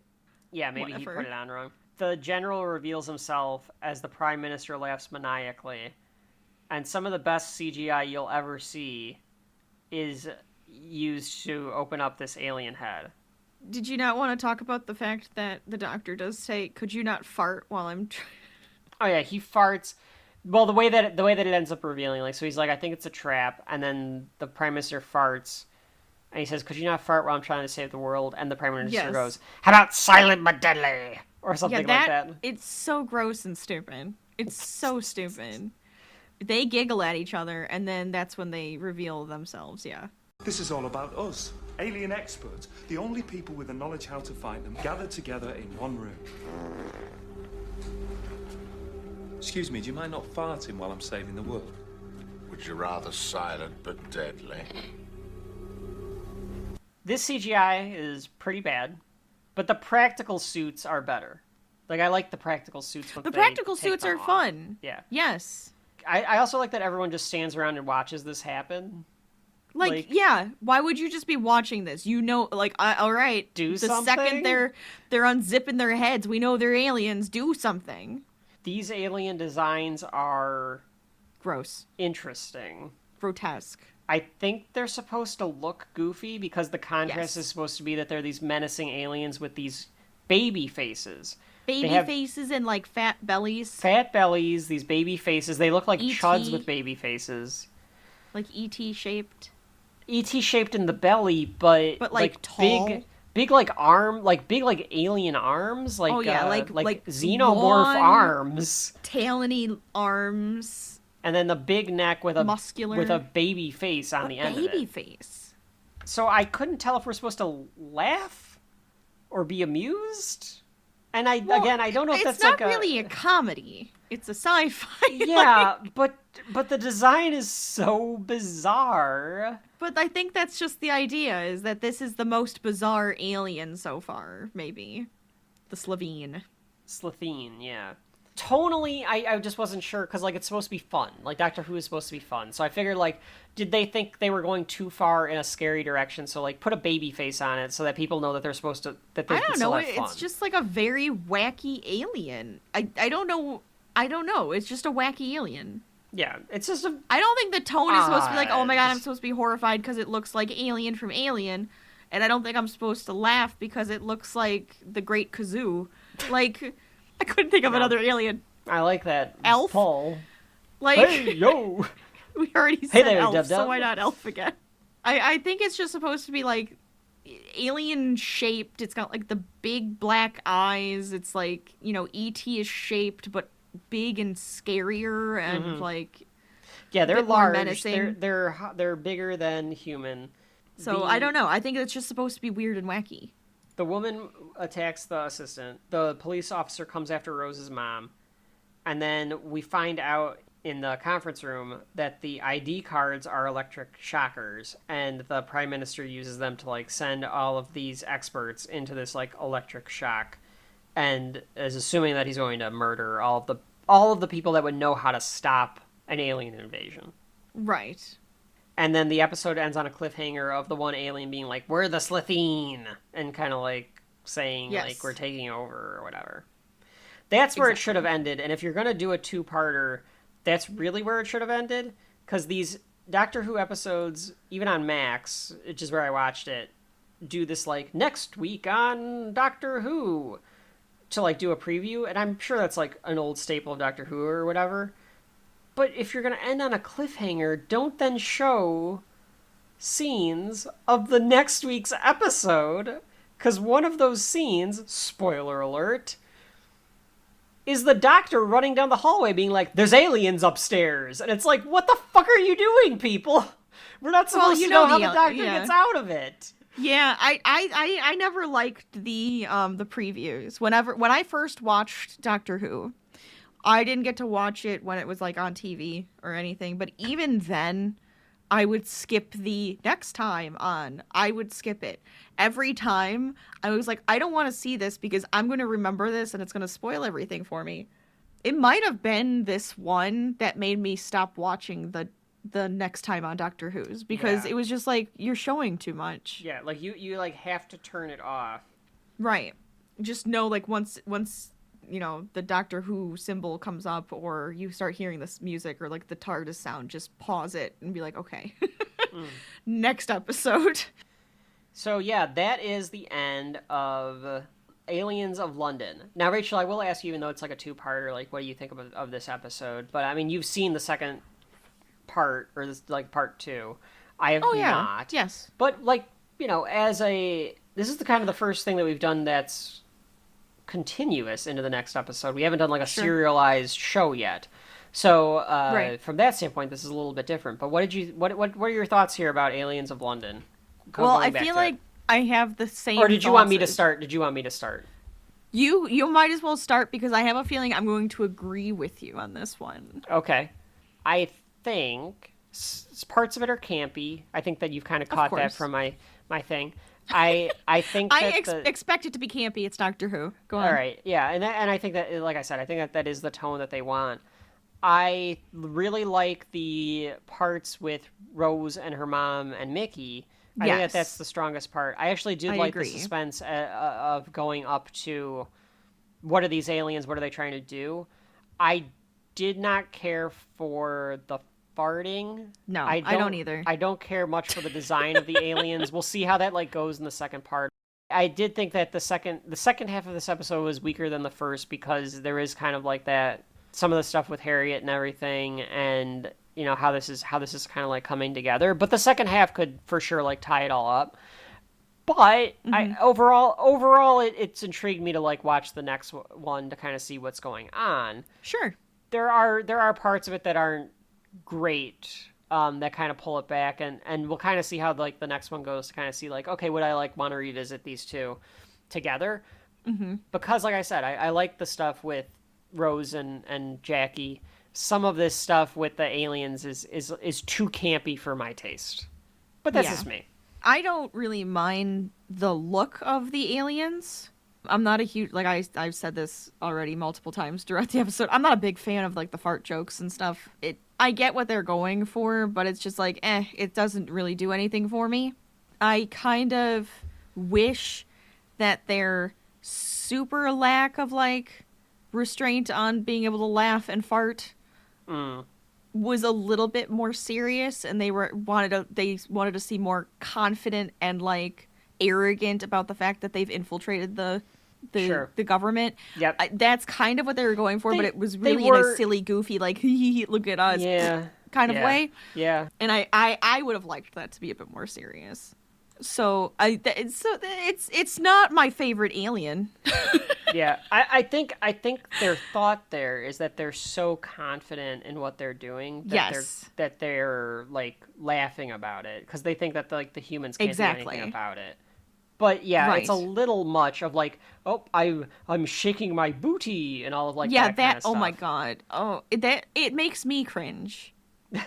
And I like Doctor Who, but it makes me kind of go, ugh. So I get it. Otherwise, yeah, I like the other stuff as well, along with you. The lead up and everything is really nice. Yeah. And all the stuff with Harriet Jones. Yeah, I think at first I thought I was gonna be really annoyed by that character. She turned it around by the end to seem like she'll have like a point. There you go. Because those first scene or two, I was like, I don't think I like this, but then I feel like that happens sometimes with like even future characters. You're just like, I don't know if I'm gonna like this character, and then all of a sudden you're like, I love this character. This character's great. It's happened to me. Okay, we'll see what happens. We shall, because unlike our usual Doctor Who episodes, we try to do 2 stories per Shelf Life episode for you when it comes to the Doctor. So what we're gonna do is you're not going to have to wait an entire week like you would have in 2005. If you're listening, there's no next time. If you're listening to this, and this isn't a shortcut or something, then you will get to listen to this right after a short break. When we come back, we will get into World War III. Attention all Daleks, look for these special Doctor Who packs of Weetabix. Each one has one of these 4 Doctor Who action games, 3 of these stand-up figures, and a secret message from the Time Lords. We must capture these special packs of Weetabix and exterminate. Collect the special Doctor Who Weetabix packs and enjoy your daily wheat while stocks last. Exterminate. And we're back with the exciting conclusion of this two-parter story of Doctor boy. Who, the Conqueror of the Slitheen. They should have, like, I don't know. I know that they like to name... I know that they like giving each episode a name, but they should be like part 1, part 2, you know? I'm surprised it doesn't have like a part 1, part 2, because it is kind of like an obvious part 1, part 2. So it's like, just put it in there. Just put it in. I looked at the list of like episodes that we'll be covering on the Doctor Who journey, and I don't think they ever do that. I think they always give the second part, like it just says part 2, like next to it on like the TARDIS wiki. There might be a couple that say part 2. Oh, okay. But like not until later. Like much later. I think they just give it a different name and like they say Matt like this Smith is the later. second part. Yeah, like way later. Yeah, I don't even think they do that with any of the David Tennant ones. So we'll have to see. Anyways, Rachel, this World is War III. World War III. We are covering World War III. Rachel, what happens in what's World War III about? World War III is the continuation of Aliens in London, where the aliens are taking over London and presumably the world. And we kind of can see what is going on. Does the Doctor get through it? Does Rose get through it? That's kind of where we're at with this episode. Yes, it was previously... Do we conquer the Martians? Well, they're not Martians, but do we conquer the Slitheen? Something. I can't remember what he says. It's a long, long-ass word, and I didn't get a chance to write it down. Oh, Rexicorical Yep, that's the one. The hexagons. So, yes, this is... Rexicorical This is a previously on Doctor Who, where the Doctor and company are trying to stop the Slitheen from doing something. They aren't quite sure what they're up to. They're not very like apparent with exactly what they're trying to do. Yeah, so you find that out in this. So this is World War III. It debuted on April 23rd, 2005. It is story number 160B. Because it's the second part of the 160th Doctor So they do Who put story. a B. There you go. And it was written by Russell T Davies, directed by Keith Boak. This picks up where we left off. Like I said, this is a previously on Doctor Who's type situation. It picks up actually exactly where we leave off because it does like a little recap of what we saw in Aliens of London. And then it immediately goes into the scene where all of the unit officials plus the Doctor are being electrocuted by the Slitheen fake prime minister guy. And then I was like, okay. It was a little too like, oh yeah, I'll just take off the idea. It really was cheap very much like so. how I'm just gonna take it off. I'll just take it off. Like, yeah. Oh no, how's the Doctor gonna get out of this one? And it's like, I'll just take it off. And that was part of kind me of thought the like resolution. he should have used his sonic screwdriver. Like, how could a Sonic not, like, do something? That's true. Like, he could have, like, broken the chip or, like, broken something inside of it. That would make more sense than him just be like, let me just take it off. It would have at least been something to give it a little more gravitas of you doing a to be continued, the Doctor's being killed by this thing. Yes. But he just takes it off and he's like, yeah, it doesn't work on me. And then he puts the ID card on the General Slitheen. I'm just going to refer to him as that because... like, so you can keep track of who the fake ones are. Yeah, but it's the guy that was impersonating the General. I know, but I don't know if we have their, like, first names. We don't have their... They say a couple of them, but they're, like, super long and alien. Yeah. Jokrasa, Felfach, Passamir Day, Slitheen is we don't know one any of them. So I don't know whose that is. That's like... it doesn't matter. These aliens, slightly fatter than I remember from the previous episode. I don't know why, but they got some bellies on them, these Slitheen. Oh, they had bellies on them before. No, I think they did. That's like the whole point. After watching Aliens of London, folks at home, you focused on the face more than the tummy. I looked at the baby face, yes. instead of their Winnie the Pooh bellies.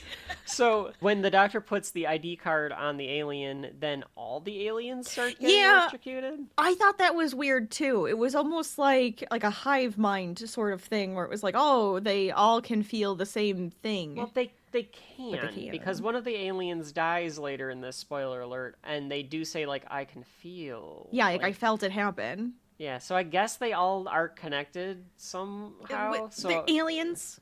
Yeah, they're aliens. Aliens. That's the explanation. Mm-hmm, aliens. Mm-hmm. As the aliens are being electrocuted, we get credits. And then we start the episode proper. So that is your cold open, or cold, semi-cold open, because it's like already part of the story. Open.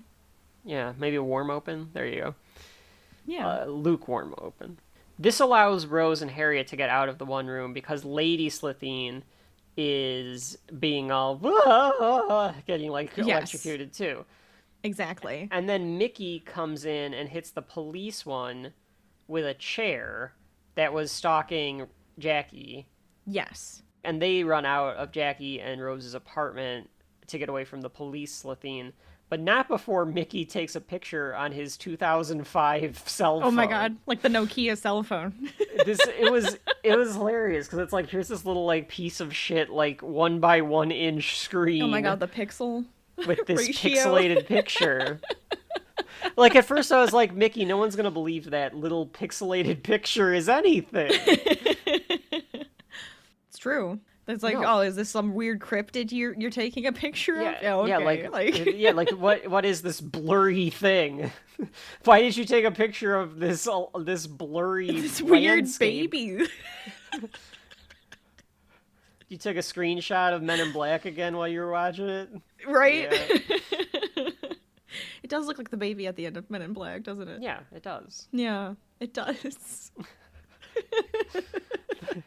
I'm not saying. Do you think they're from Rexacoracle Falbatorius? Is that what it is now?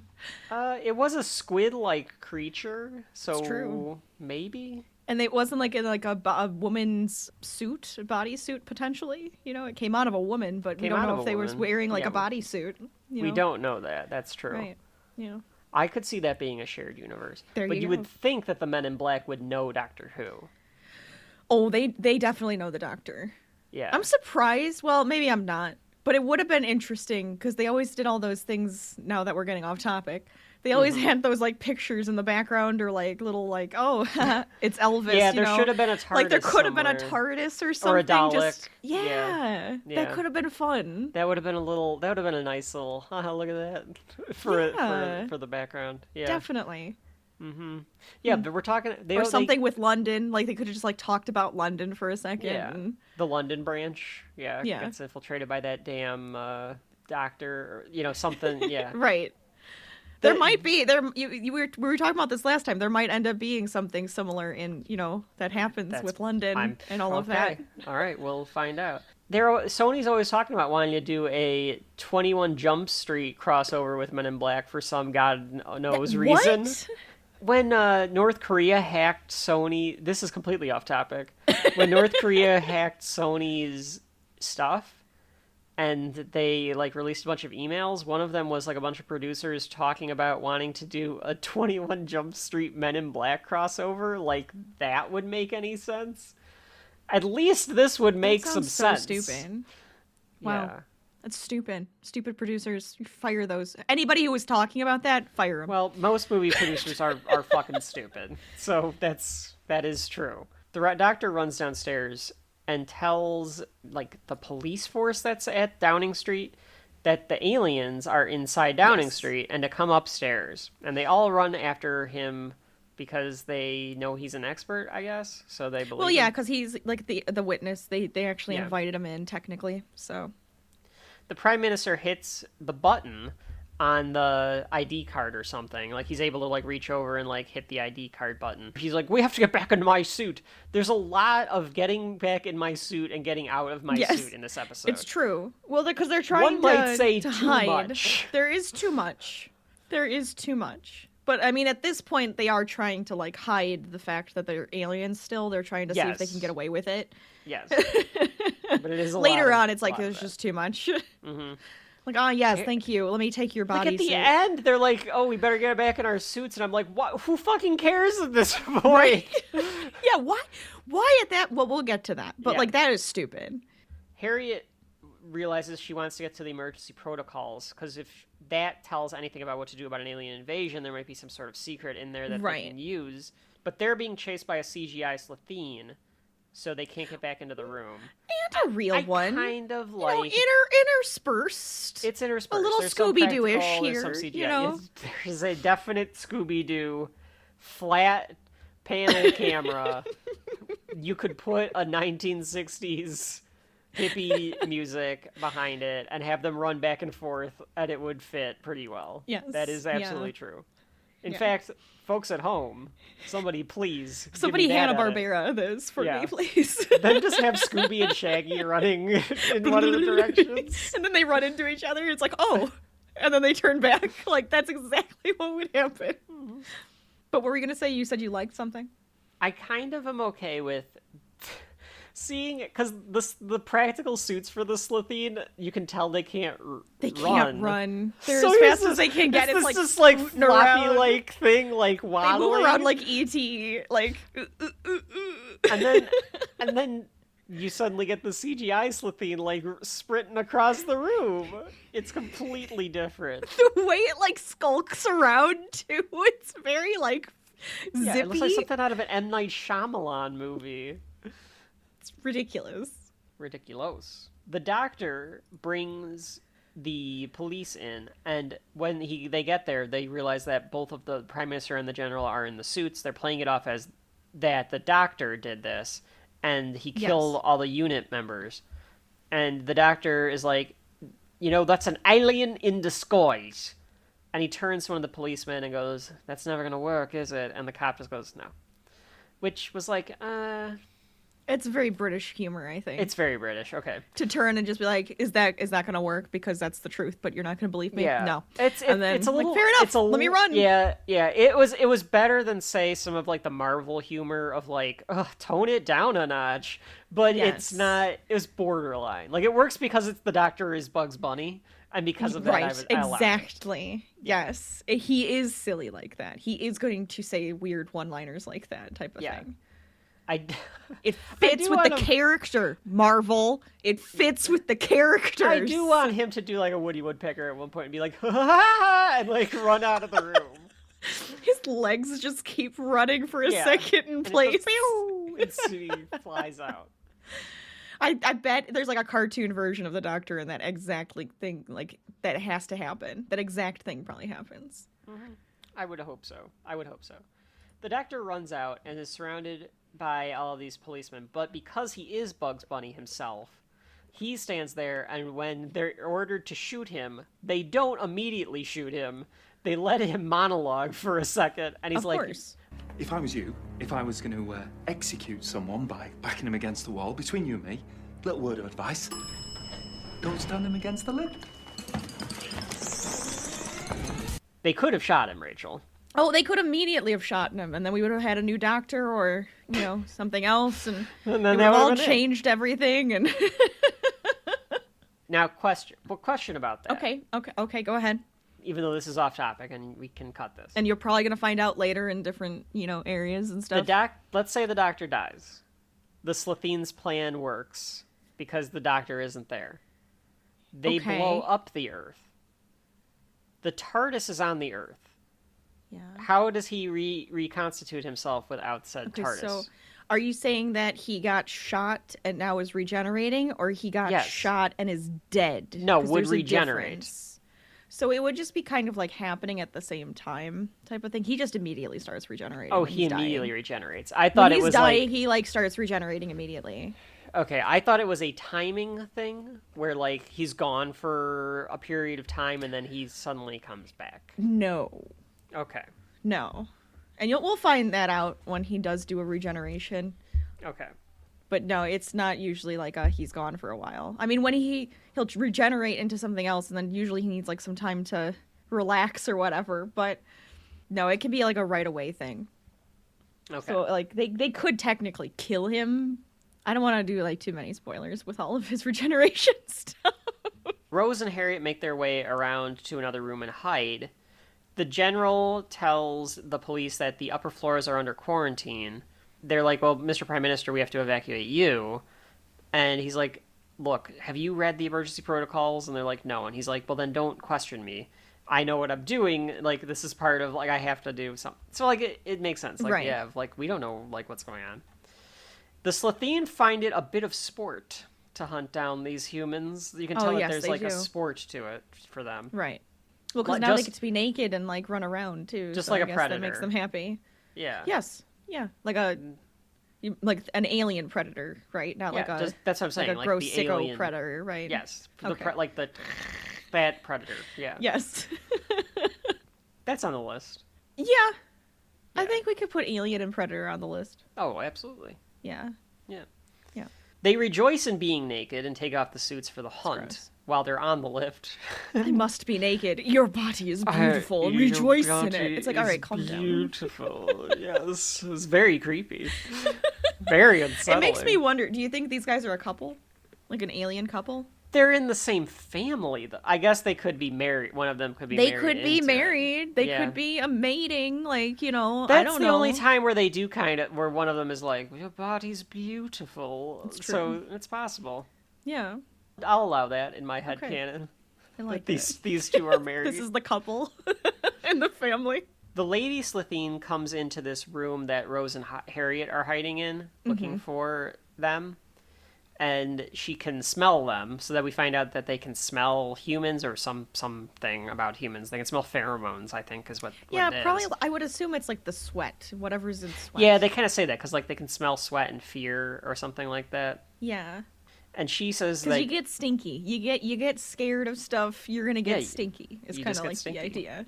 She says to them to come out and let her kiss them with her big green lips. Yeah, it was weird. Some weird lines here. Yeah, there are. They all meet up in the room, saying they can smell them.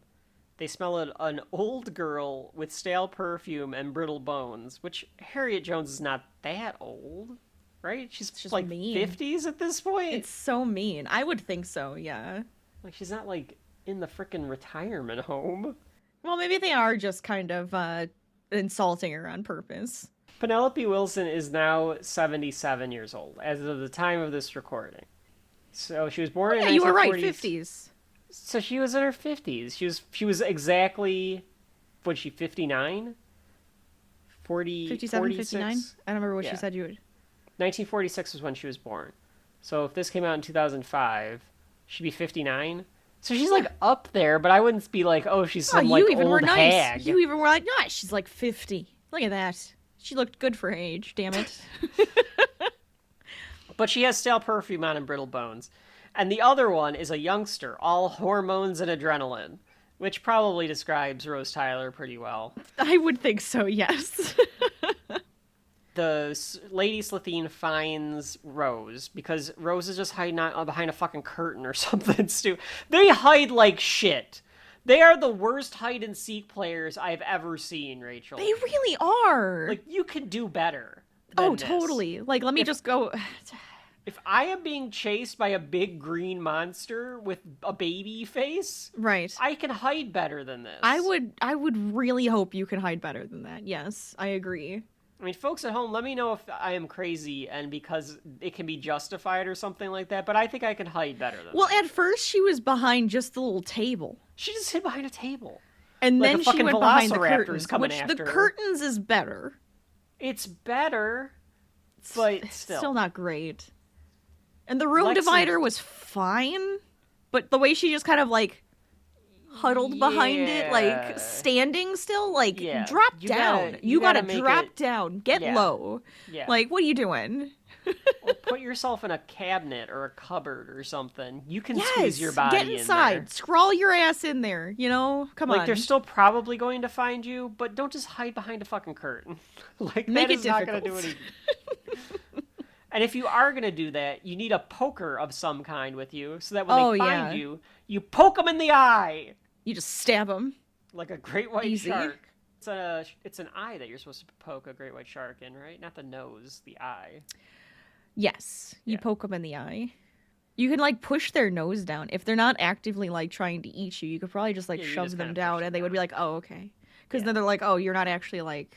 You're not. I'm not supposed to eat you. I shouldn't eat you. I'm gonna come by though, and I might smell you again though. But yeah, okay. You can't do that to a crocodile because they'll just overpower you. But if somehow you get your hands around its jaw though, it won't be able to open its mouth. But you're kind of stuck there then. Yeah.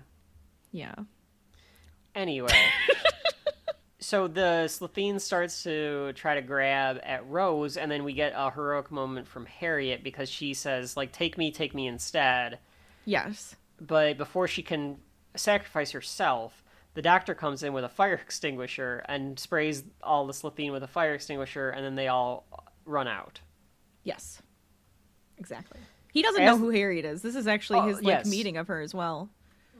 That's true, because he goes, "Who's that?" And she goes, "Harriet Jones, MP for Fly Down North." And she goes, "Oh, I'm the doctor. Nice to meet you." Or, "I'm the doctor, by the way," or whatever he says to, like, everybody. Right. And then as they're running out, she tells Doctor, like, we need to go back to this room to get the emergency protocols. And they do this, like, little meet cute kind of thing where he says, like, "Oh, Harriet Jones, I like you." And and Harriet says, "I think I like you too." And like I said, I could kind of tell this must be a recurring character just by the way that they talk about her in this episode. So I'm assuming that she comes back and, like, becomes part of, like, the lore and stuff. I will say she comes back. They get into that conference room, and they lock the door behind them, sort of, but, like, not really. Like, I feel like there's I have a lot of problems with people locking doors in this episode too. But anyway, the doctor says, well, no, he unlocks the door. Does he unlock the door behind them? He doesn't lock the door behind them. No, they don't lock any damn door. Now, maybe you can't lock the door because it's like whatever, but, like, I would feel like a lot of these rooms would have some locks on the other sides. I would think so, honestly. I mean, maybe these guys could just, like, tear down the door, but it would with their bulbous tummies. I don't know. We see the police officer one try to tear down a door later, and it takes them a couple of minutes to do it. True. So it would have bought them time at the very least. But instead, he lets them get up to the entrance of the door to the conference room, and he holds them at bay by saying that he'll blow them up with his sonic screwdriver by, like, enhancing the alcohol or something. Yeah, he's going to do something with the alcohol. Yeah, he wants to do something with the alcohol in the bottle that he's going to make it explode. I think it's mostly so that he can talk to them. I think he wants more information. So I think that might be also... Well, I think that's also why he didn't lock the door. It was like, well, I want to talk to them first. So I'm going to like make them stop moving by pretending I can blow up alcohol with a sonic screwdriver. Okay. Harriet says, or Harriet and Rose have a little discussion about the fact that he's an alien. And Harriet's like, but he has a northern accent. And Rose is like, well, lots of places have a north, which must be a callback to something that was said in the first episode or second episode. Yes, because they talked about that. So, folks at home that are of our British contingency, oh no, can you not again. Please explain to me? I'm sure that you would do this to my Yankee ass. So I'm asking you as a Yank, what is the difference between a northern and a southern accent in the UK? I would imagine it's just like the dialect, right? I can hear it a bit. You can kind of hear it. Christopher Eccleston has a bit of a different dialect than, say, Rose does. Right. Because Billy Piper definitely has a borderline Cockney London brogue to me.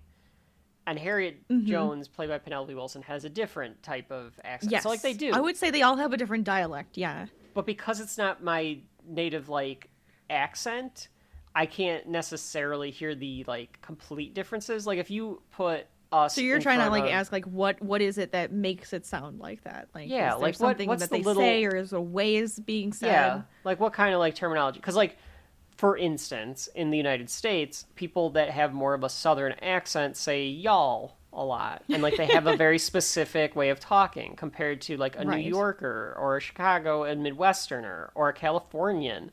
Like, all of these people have different little speech patterns that you could kind of pick up on where they might have grown up or something like that. Right, absolutely. Yeah, so I'm curious about, like, what is the difference there? Yeah, I'm curious too, because there's so many different different dialects in such a small space. And Daleks. And Daleks. We're going to get to that later. Not yet. They don't want to invade. So the Doctor figures out that they're not here for an invasion because they're like, why would we want to invade this place? This place sucks. Which, you know, fair. That's a good point. Wow, thanks. Yeah. It does. This place sucks. The Earth is fine. It's the people that suck. Okay. Yeah, but you have to deal with the people. I'm just saying. Well, actually, now that's a good point, They don't. Rachel. They could get rid of the people. If we got rid they of the could take people, the planet. we just have the Earth. Yeah. Okay. And That's the a better Earth is idea. beautiful. Yep. All right? Which is what Harriet says at some point. But that's true. That should have been the plan. We're just trying to get rid of the people. This is just a stupid plan. So the Slitheen are not a race. It's their surname. So it's a family. So the Slitheen is this family, which makes it different, makes it interesting. Because it's like, okay, it's not like this alien race is trying to do it. It's just like, this is a family that's like... You know, it's the Smith family. Yeah, and it's a family business. They're out to make a profit. That seems to be a common theme so far when it comes to Doctor Who episodes, Rachel. Because the plots of the second episode, these two episodes, and in a way the next episode, all have to do with somebody trying to make a profit. Like And I business don't- people. Yeah, you're right. That's interesting. And I can only speak to it from the times as an American. Mannequins weren't doing that, though. Mannequins weren't doing that. They were just trying to survive. But we're talking like mid-aughts, so this would be after like Enron and like some of that kind of stuff. But it's before the recession and things like that, so it's not... I don't know how like aware of like greed and stuff we were as a culture necessarily too, because I was a teenager. And in England, I don't know if it was like different. But I wonder if that's like just part of the times, or it's just one of their ways to try to make this more modern, because they're adding aliens are also greedy. And aliens are also just out for a profit, and like all that kind of shit to it. Yeah, it could be. It could definitely be. Especially, I mean, there's like a saying where it's like, it's either money, sex, or something else. Drugs? That everybody, or power. Well, it's like one of those things. Like people are always out for one of those. There's always, that's like usually the reason behind something. Some men, or in this case, some paradoxal lexicons, just want to watch the world burn. No, that's the planet. My apologies. Rexicorporal Flabotorius is the planet, I believe. Rexicorporal Flapsatoriuses that are not part of whatever Slitheen race this is. They catch the Doctor in a lie by figuring out that it's not really going to be able to turn the alcohol into a pipe bomb or whatever, or a Molotov cocktail. And now the episode's going to be flagged for me saying those. Well, at some point they're going to say weapons of mass destruction, too. Oh, that's true. NSA, if you're listening, we're talking about Doctor Who here. So just go with that for us. And thank you for listening. We appreciate it. Yeah. Rate and review. So they share it with your friends. Yeah, absolutely. Share it with the rest of the group there. You guys can listen to us on your breaks, or when you're listening to somebody on the toilet or something. That's probably boring. So anyway, they realize that they caught him in a lie, and they plan to slaughter him. They're like going to come in for the slaughter. But before they can come in to do this, because again, they do everything very slowly but I think you can justify it by saying it's part of their sport, because they're like, they want to make a sport out of it a little bit. Yeah, they're kind of playing with him. He gives a little history lesson about that particular like conference room of like the Prime Minister's cabinet, and he knows that in 1991 there were 3 inches of steel that were added to all of the ways in and out the doors, and they basically made it into a bunker, so you can collapse the bunker and protect the cabinet from any outsiders in this like steel box. Yes. But now they can't get out. So now the Doctor and Harriet and Rose are trapped in the room. And the Slitheen are like, okay, great. He's isolated. We don't have to give a shit about that anymore. Yeah, they're like happy about it. Like, all right, that's fine. Yeah, like, fine, whatever. We can continue. And they're like, we'll just cut off communication from that room and we'll just move on. Meanwhile, Mickey and Jackie are trying to sneak past the guards to Mickey's apartment. They say new arrivals. So we know more Slitheen are coming as they've infiltrated some random stuff. So we see the family has been contacted by the main, like, 3 Slitheen. and there's like different people arriving to the Downing Street. Right, there's just like more people coming. And one of the reporters... Everybody's kind of like, I don't know why is this guy coming here? Like, yeah, because there's like low-level functionaries in government. Somebody's like in charge of a yacht club or something like that. Something silly. The reporter is like, what connects all of these people? It doesn't really make any sense. You would think that in today's day and age, if they tried this, somebody on the internet would be like, they're all fat people arriving at this place. Like, you can tell they're all very large individuals. They're large. Like, it's not just fat. It's like they're just all big. Yeah. It would have been great if, like, Shaquille O'Neal showed up. Like, that would have been, like, a funny, like... And now Shaquille O'Neal has shown up. Now, NBA American basketball player Shaquille O'Neal has shown up. That would be kind of great, honestly. I think that would have been perfect. I'm trying to think of like another like 2005 like contemporary that would have been like a big. I'm thinking of wrestlers. I can't think of anybody else. They have to be like a big old wrestler. The Big Show is here. The Big Show has shown up to Downing Street. I'm here to find out. Yeah, I'm just. He's about to fight the aliens. Is he wearing his costume or is he wearing a suit? Yeah, absolutely. He's in singlet. Andre the Giant is here, but we thought he was dead. I wasn't really dead, but I was in hiding. I have to only come out for invasion. Anyway, so like all these large people are showing up.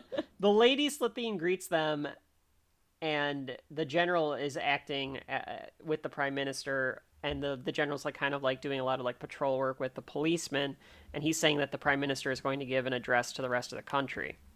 The Lady Slitheen is kind of doing like a greeting at the top of the stairs on like that top level where like they've got it quarantined off, and they're all hanging up their human suits like a coat. It's so weird. Let me take your human suit. Is it a little weird that they call themselves naked? Like, they know they're naked. So, like, does Slitheen wear clothes? Or is this, like, a nudist family? Like, do other Slitheen, like, wear stuff? And these are, like, nudists. Maybe they are. Maybe that's one of their whole thing is, like, they liked being nudists and they don't wear clothes. And maybe clothes are a real thing for this race of aliens. I want to see the Slitheen come back and there's one, like, wearing a Hawaiian shirt. I'd love that. Oh, that family? Is he Winnie the Poohing? He's definitely Winnie the Poohing. He doesn't have pants on. He's just wearing his shirt. He just has no pants. We wear shirts. That family's fucking crazy, man. I don't know why he has a Long Island type accent, but he probably would. Now I'm like seeing him. He's got that on. He's like sipping a drink. Drinking a beer. Yeah. Now I just picture him like at the bar. You probably wouldn't know this reference, but I'm thinking of like Lilo and Stitch. They had the TV show, and there was one of the aliens that was like that. He's like that orange one, and he wears a Hawaiian shirt, and he's like an ass, and he talks like that. That's what I'm picturing now. Yeah, I kind of know what you're talking about. Mickey is telling Jackie that he, looked up stuff about the doctor, and they're talking about the doctor, and Mickey says that everywhere he goes is just death and destruction, and Jackie says, could he also be a big green thing? And Mickey is like, I wouldn't put it past him, because he just doesn't like the doctor. He doesn't like the fact that the doctor took Rose away for a year. Yeah. Back downstairs, the police Slitheen, Sip Felfach is his name. Oh, thank you. I definitely needed to know his name, because he's going to come back. He wants to talk to... No, I figured this group didn't come back. Well, he wants to talk to Ms. Tyler and sniffs her out. Oh, Rachel says, well, so maybe they do. And maybe there's some other Slitheen somewhere. I mean, I feel like it's the first series. You should be building up your rogues gallery.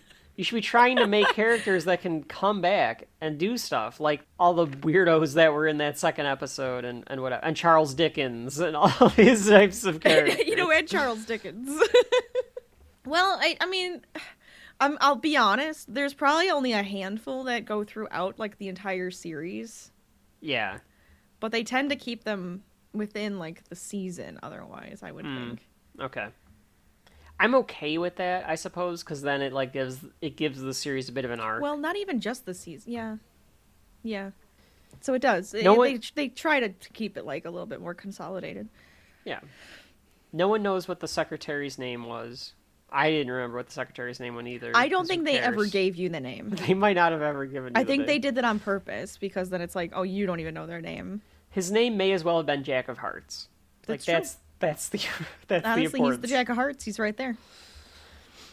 He didn't blow everybody up, but Well, yeah. we Yeah. don't know who the hell he is. He could come back. He could come back. We find out that the device around their necks is shrinking them down so that they can fit into the human suits. Because Rose is like, well, they're 8 feet tall. How the hell do they wear the suits? And he's like, well, they kind of shrink themselves down a bit, but they're like all compressed, and that's what causes the gas. I don't know if that science holds up, but okay. Like, if I squeeze myself into a ball, I don't start farting. This is just sci-fi alien logic, okay? Who's a whatsome? Yeah, you're right. Who's a whupsum? Yeah, exactly. I like a who's a whupsum. This is a who's a whupsum. We're keeping that. Anytime we can't explain the weird science, it's a who's a whatsum. Who's whatsome? Who gives a bibble? That kind of thing. Yeah. Rose says a joke. I can't remember what the joke was, but Harriet does not appreciate it. She says she wishes she had one so she could fit a size smaller. Oh, she could fit into a size smaller, yeah. She does have a little bit of Peter Parker in her with the quips. Yes, she's very quippy. She's pretty quippy. I feel like a lot of the times with the companions, they get a little quippy. Yeah. And I don't know if it's just because like the Doctor likes quippy and like, fun. He seeks that out, yeah. Yeah. I like to, what's the word?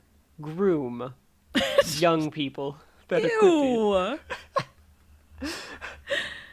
I can't wait till we get to the older companions, so you're not like being creepy about it.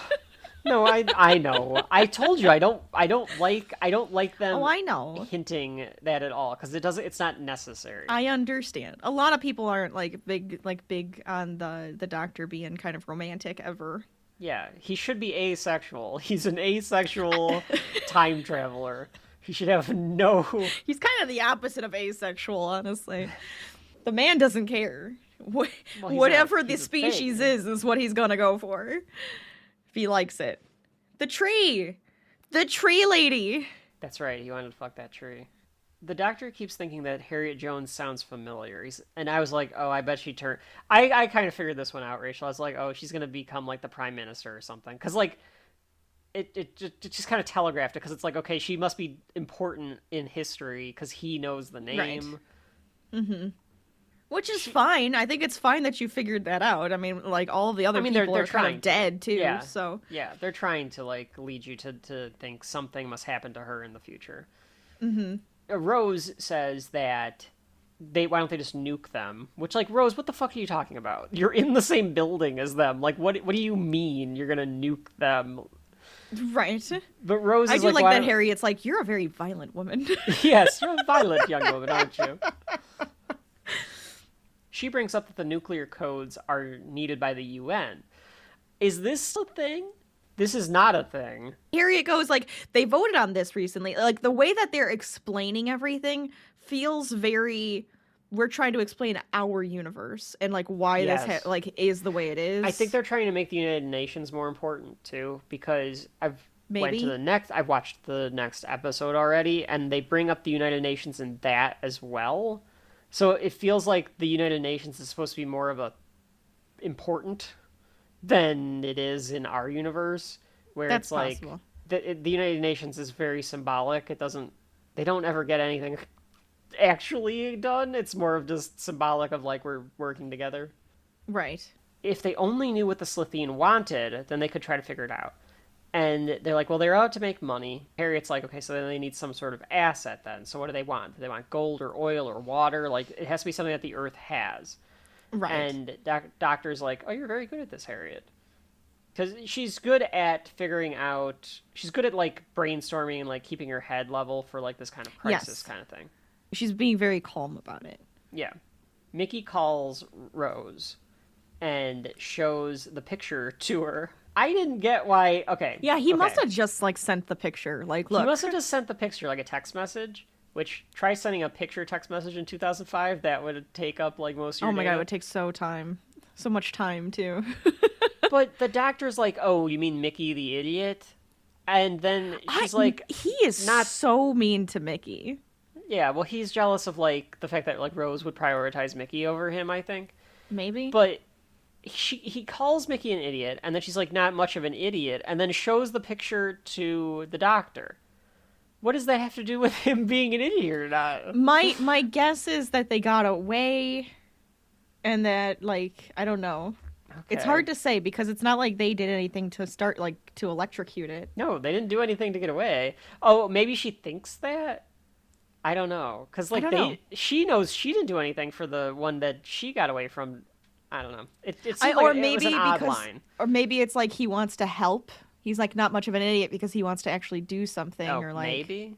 Okay. Considering he's, like, trying to contact... I don't know. I honestly don't know, actually. That is a weird line.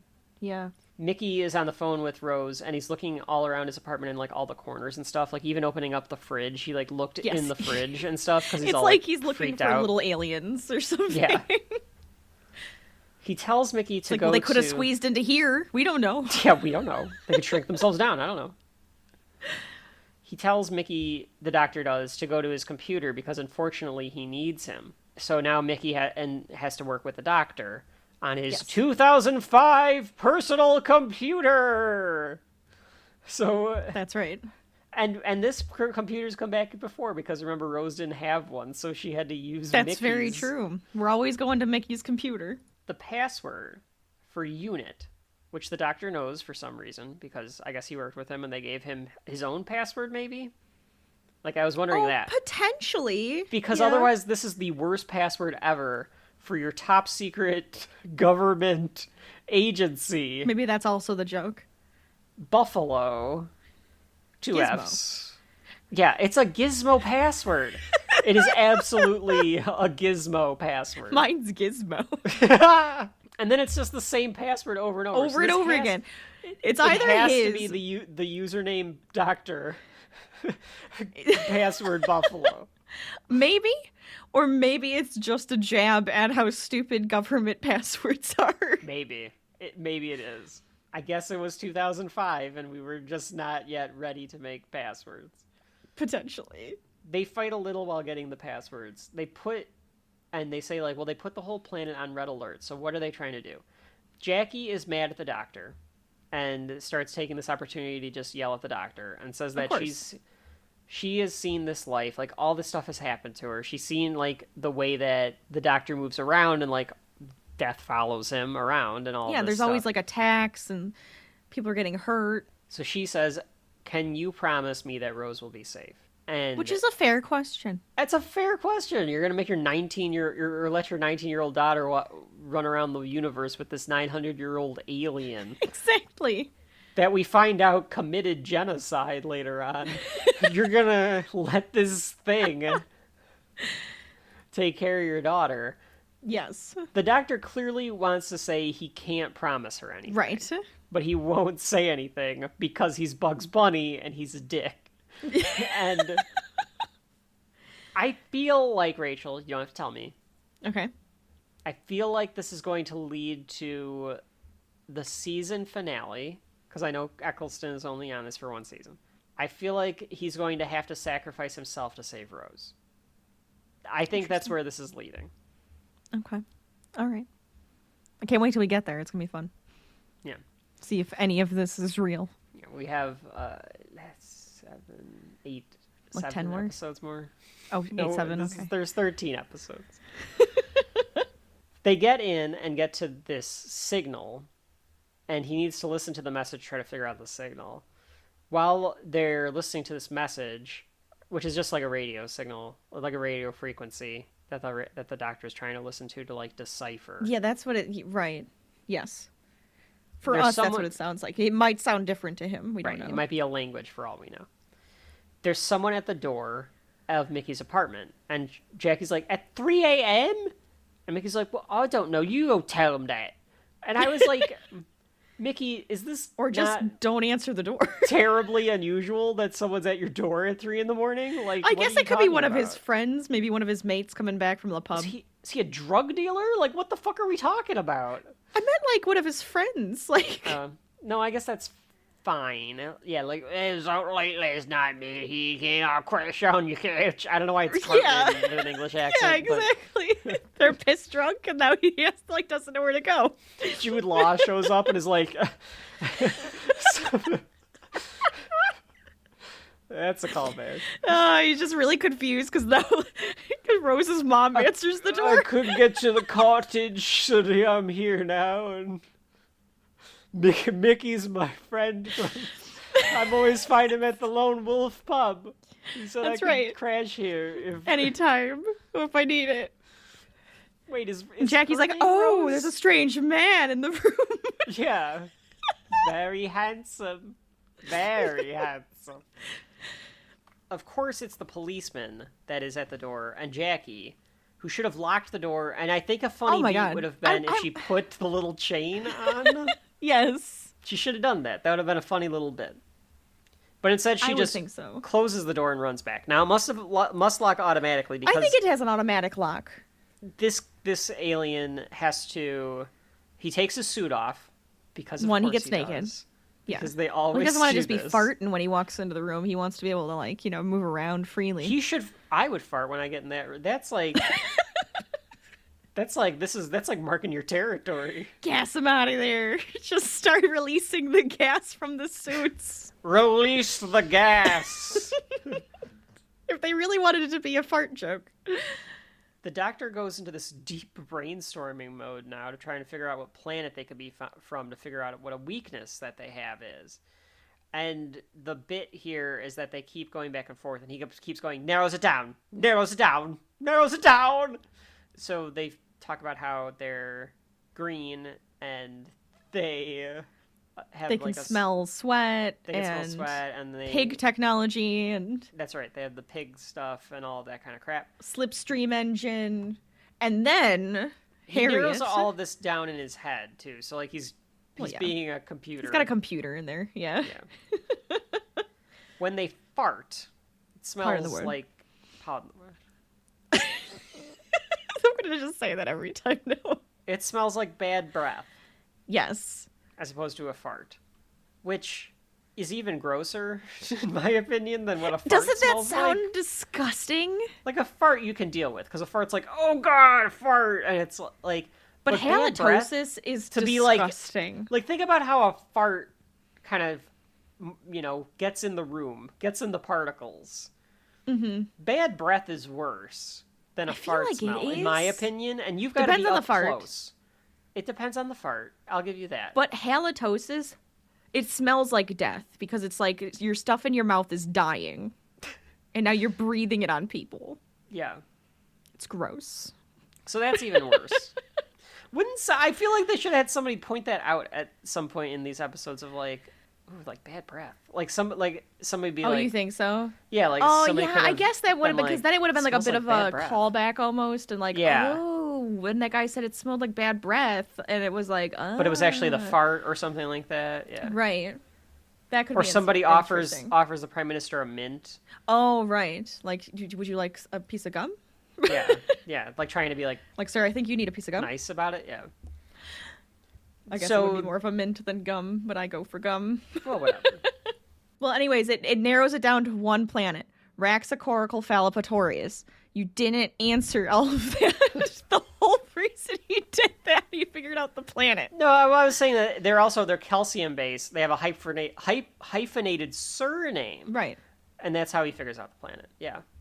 Yes. I'm not going to say the name of the planet. I don't remember what it was. Raxacorical. Okay. Yeah. So that one.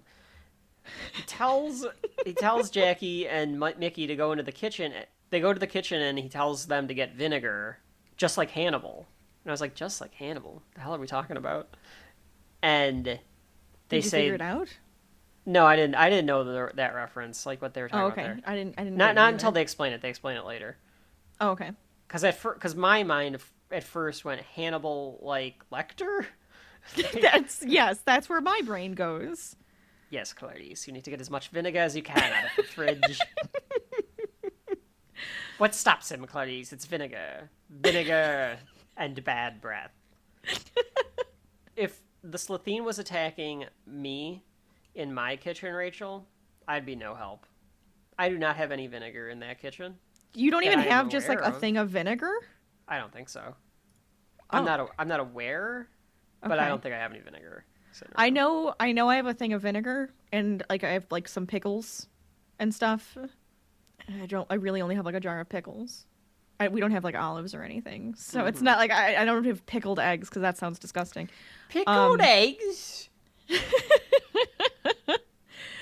I have a couple of things I could use. There's probably something. You probably like a mustard, maybe.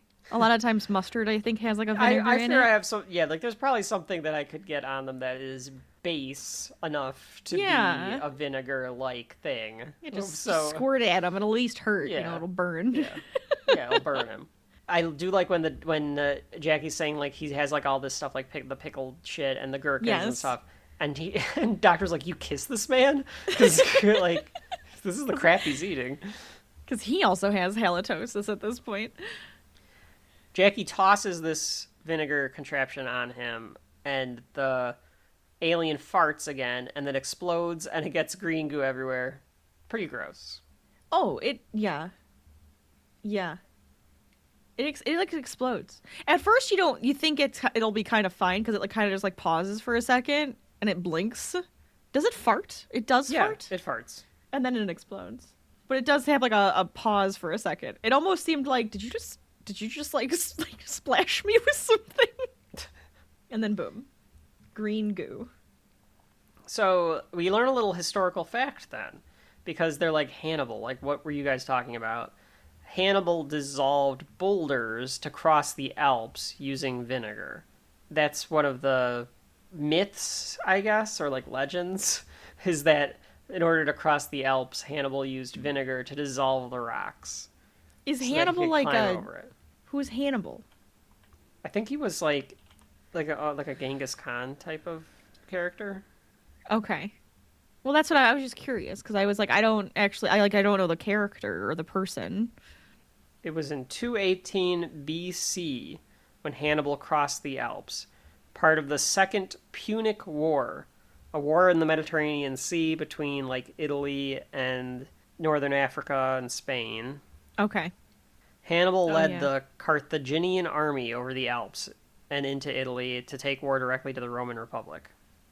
With the elephants. With elephants, yes. Hence the Cape Fear episode where Sideshow Bob is getting crushed by the elephants, and it says, Hannibal crossing the Alps. It makes no sense. Oh my god! Okay. That's where that comes. I don't know if that's actually true, if he crossed the Alps using that. I think that's kind of like a myth at this point, but who knows. Anyway, that's the reference that they're using there. Look, we're learning stuff again. Yep. You always learn stuff here on Shelf Life. Get a shelf life lesson one way or another. Either it's a shelf life lesson or a shelf history lesson. They felt him die. The other Schlitheen did. Yes. So, and the Prime Minister is like, okay, they must have gotten lucky, but that's the last piece of luck anyone on this rock will ever have. So they go out for the press conference. I feel like it'd be more formal than this. Like, I feel like if you're going to give a speech to the entire world, you're going to want to do it at the very least like with put the Union Jack in the background, some podiums. Right. This is just, we're in the parking lot in front of you'd think they would be inside. Yeah. You can let them inside, dude. Come on, Schlitheen. You can let them in on the first floor. Right. And be like, we're going to the conference room. Mm-hmm. Dress this up a little bit. You're telling them that they're all going to die. So the extraterrestrial experts are all dead. They came, they're all dead. They were murdered by alien hands. And he says these visitors do not come in peace, and they have found weapons of mass destruction. He calls them mass weapons of destruction or something like that. They flip wording on this. Massive weapons of destruction. Massive weapons of destruction. Okay. Which I think is the exact same thing as weapons of mass destruction. They're massive weapons of destruction. I think there's a reason. I think that's the whole idea. Yeah. He says that they need to strike first. I will remind everyone that is listening to this that may not have been around in 2005, but this was primo Iraq war times. Right. And Tony Blair, who was the PM of England at the time, was lockstep with George W. Bush in the United States of going to war in Iraq to find those weapons of mass destruction. And then, of course, there weren't any weapons of mass destruction. That has led to the past 20 years of misinformation and distrust of government. Right. Their plan to take out Iraq without having any support to do so. So this is clearly like playing on that, right? It's playing on the idea that like we're gonna get everybody in a frenzy and say like there's something to there's these that we crazy need to weapons. Take out. Yeah, we're gonna get killed if we don't need do to take something. it out, take them out first. Oh, what else was I gonna say? Oh, and then of course not having actual evidence to prove it, but they like fake the evidence, because I was going to say like later on they fake the evidence, because I was like, how in the world do they get access to this that they like are able to do this? But right, yeah. The UK is beneath the belly of the mothership and they want to nuke it, but they need the access codes from the UN, and they say the planet Earth is at war. I'm going to tell you right now, Rachel, I'm going to say this a couple of times. Go ahead. So at this point we'll assume, because they're talking about the UN a lot, but let's assume that Brexit hasn't happened yet. Okay. Let's assume that the UK is in the European Union. Mm-hmm. Let's assume that NATO also exists in this universe. The European Union and the United States ain't letting the UK do a goddamn thing without saying, we're going to go see what you're talking about too. I would assume. Before you nuke anything. Right. I would assume they'd There's want to no get way. involved. Even China and Russia would be like, hold on, before you start nuking the sky, we're going to take a look and see what you're talking about. Like, what the heck are you talking about? So this is where the doctor kind of figures out what the plan is.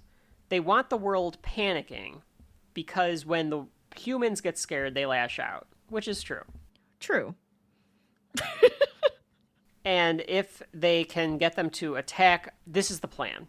And he tells this to the Slitheen. He opens the door back up and they're just standing there. And he's like, I figured it out. I know what you're trying to do. They're going to get the codes and they're going to attack and nuke all the other countries on the Earth with their nukes. And then that will trigger all of the other countries to have to use the nukes against the UK. And then they'll have to use the nukes against everybody else. And then all the nukes will just go off and it'll make the world into nothing.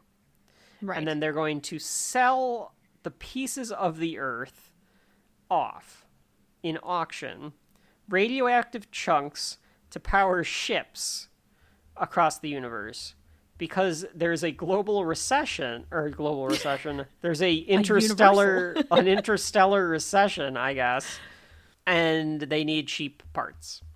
So I guess that's one positive of being a human, is that we're not part of the universal economy.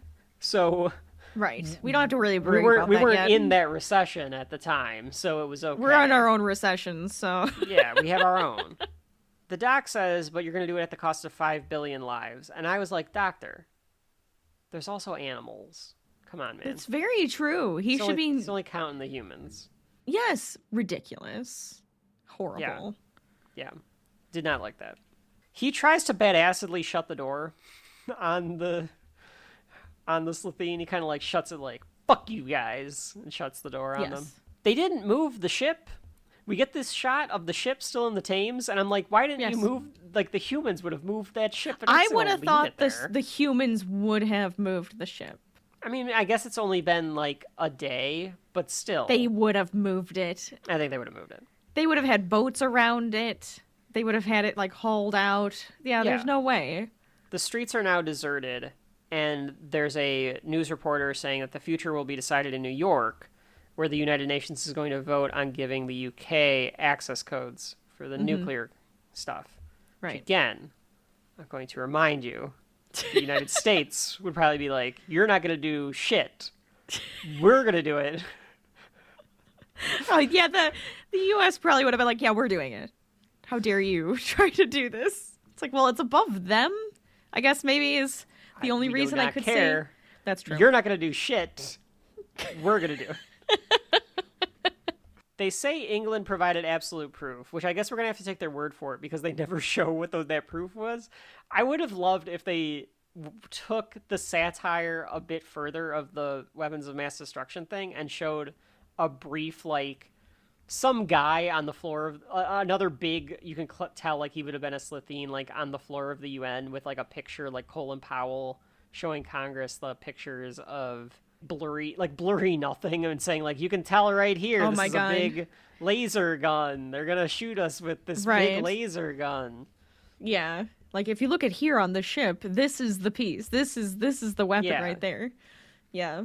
But It's like it's a camera. It's a periscope. They clearly used a lot of their budget in this two-parter though with these alien suits. So. Right.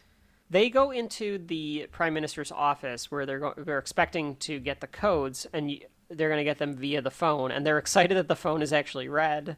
So you can tell that they've been here long enough to like understand a lot of human culture and stuff. It does seem that way. It's been a longer game here by the Slitheen. Right. It's like a long con. The doctor says there is a way out of the room because they're like, what are we going to do? We can't even get out of here. We can't stop them. And the doctor's like, there is a way we can get out of here. And he's like, but he can't guarantee that Rose will be safe. And Jackie's like, well, then you can't do it. Right. And Rose is like, no, you can do it. Do it. And doctor's like, you don't even know what I'm going to say. And she's like, I don't care. If it's going to save the world, if it saves the world, I trust you type of deal. Right. And he says, I could save the world, but I could lose you. And she kind of smirks. Rose kind of smirks. Again, I can't tell if Billie Piper is doing that intentionally or it's just her like mannerisms. If it was like supposed to be a smirk, both. But it looked kind of like a smirk. I think it's supposed to be a smirk. Harriet says it is her decision because she is the only elected representative, and she commands him to do it. For humans. For the human race. Right. Except it's not your decision, Doctor. It's mine. Who the hell are you? Harriet Jones, MP for Flydale North. The only elected representative in this room, chosen by the people, for the people, and on behalf of the people, I command you. Do it. While they're standing in the room waiting for the phone to ring, they say victory. Again, I think that these are nudists. This Shireen family. Now that we've discussed I think this, they are. Because they like love being naked. Because they're like, victory should be naked, and they take off their human suits. Again, a Men in Black thing there, Rachel, where the Edgar could have shown up. Oh my god. Okay, I'm gonna take off my suit now. And then he's just the giant cockroach in the room. But he didn't like he wasn't like, oh, I gotta take off the suit. Not like these three. No, he never really minded. I mean, his was naked. rotting, but well, yeah, you picked a dead guy, so that was a problem. I said at this point, where's the rest of the family? Because shouldn't they all be in there to see it? And then true. They Yeah. show up in like the next scene. So I was like, they oh, do. okay, there they are. Yeah, I think they're just hanging out in another room, and they're going to bring them all in. He has Mickey, the doctor does, hacking into the Royal Navy now. Don't know how, but now that I guess UNIT must have access to the military. They must. It's the only thing I can think of. Yeah.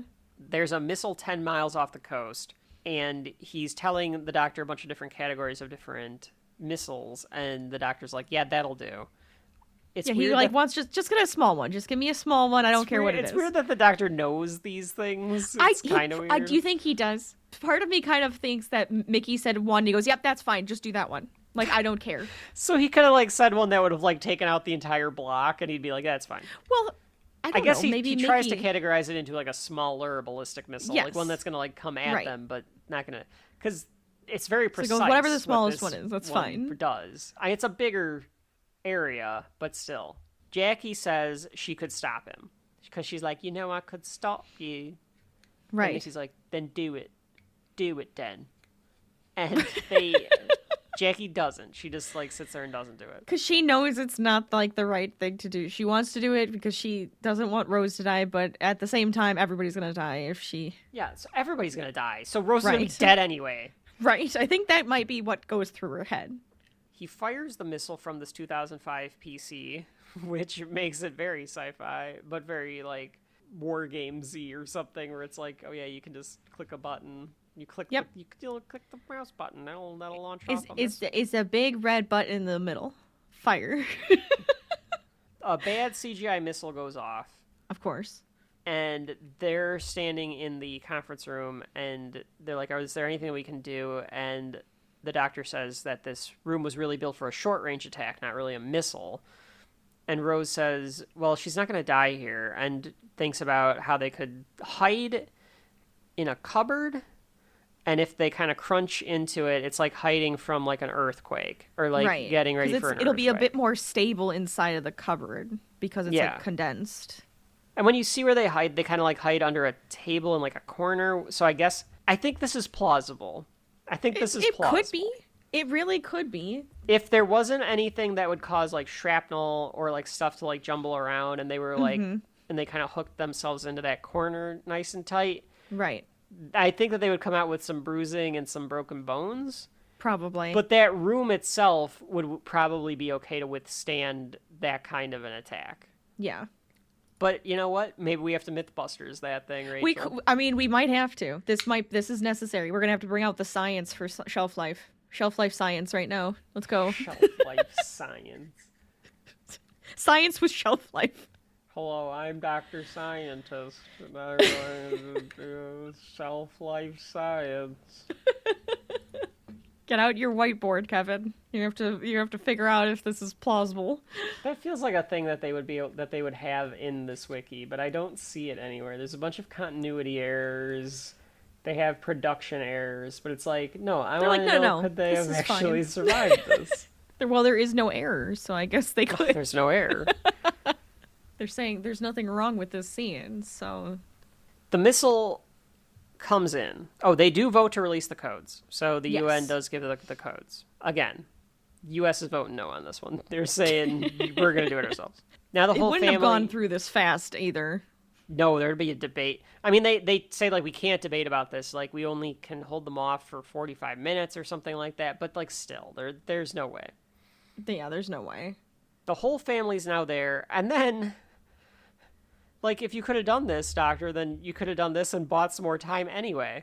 Because he just has Mickey neutralize the code being sent so that they don't get the codes right away. Like, they stop the codes from going through. So it's like, why didn't you just do that and then figure out a different way to get out of there?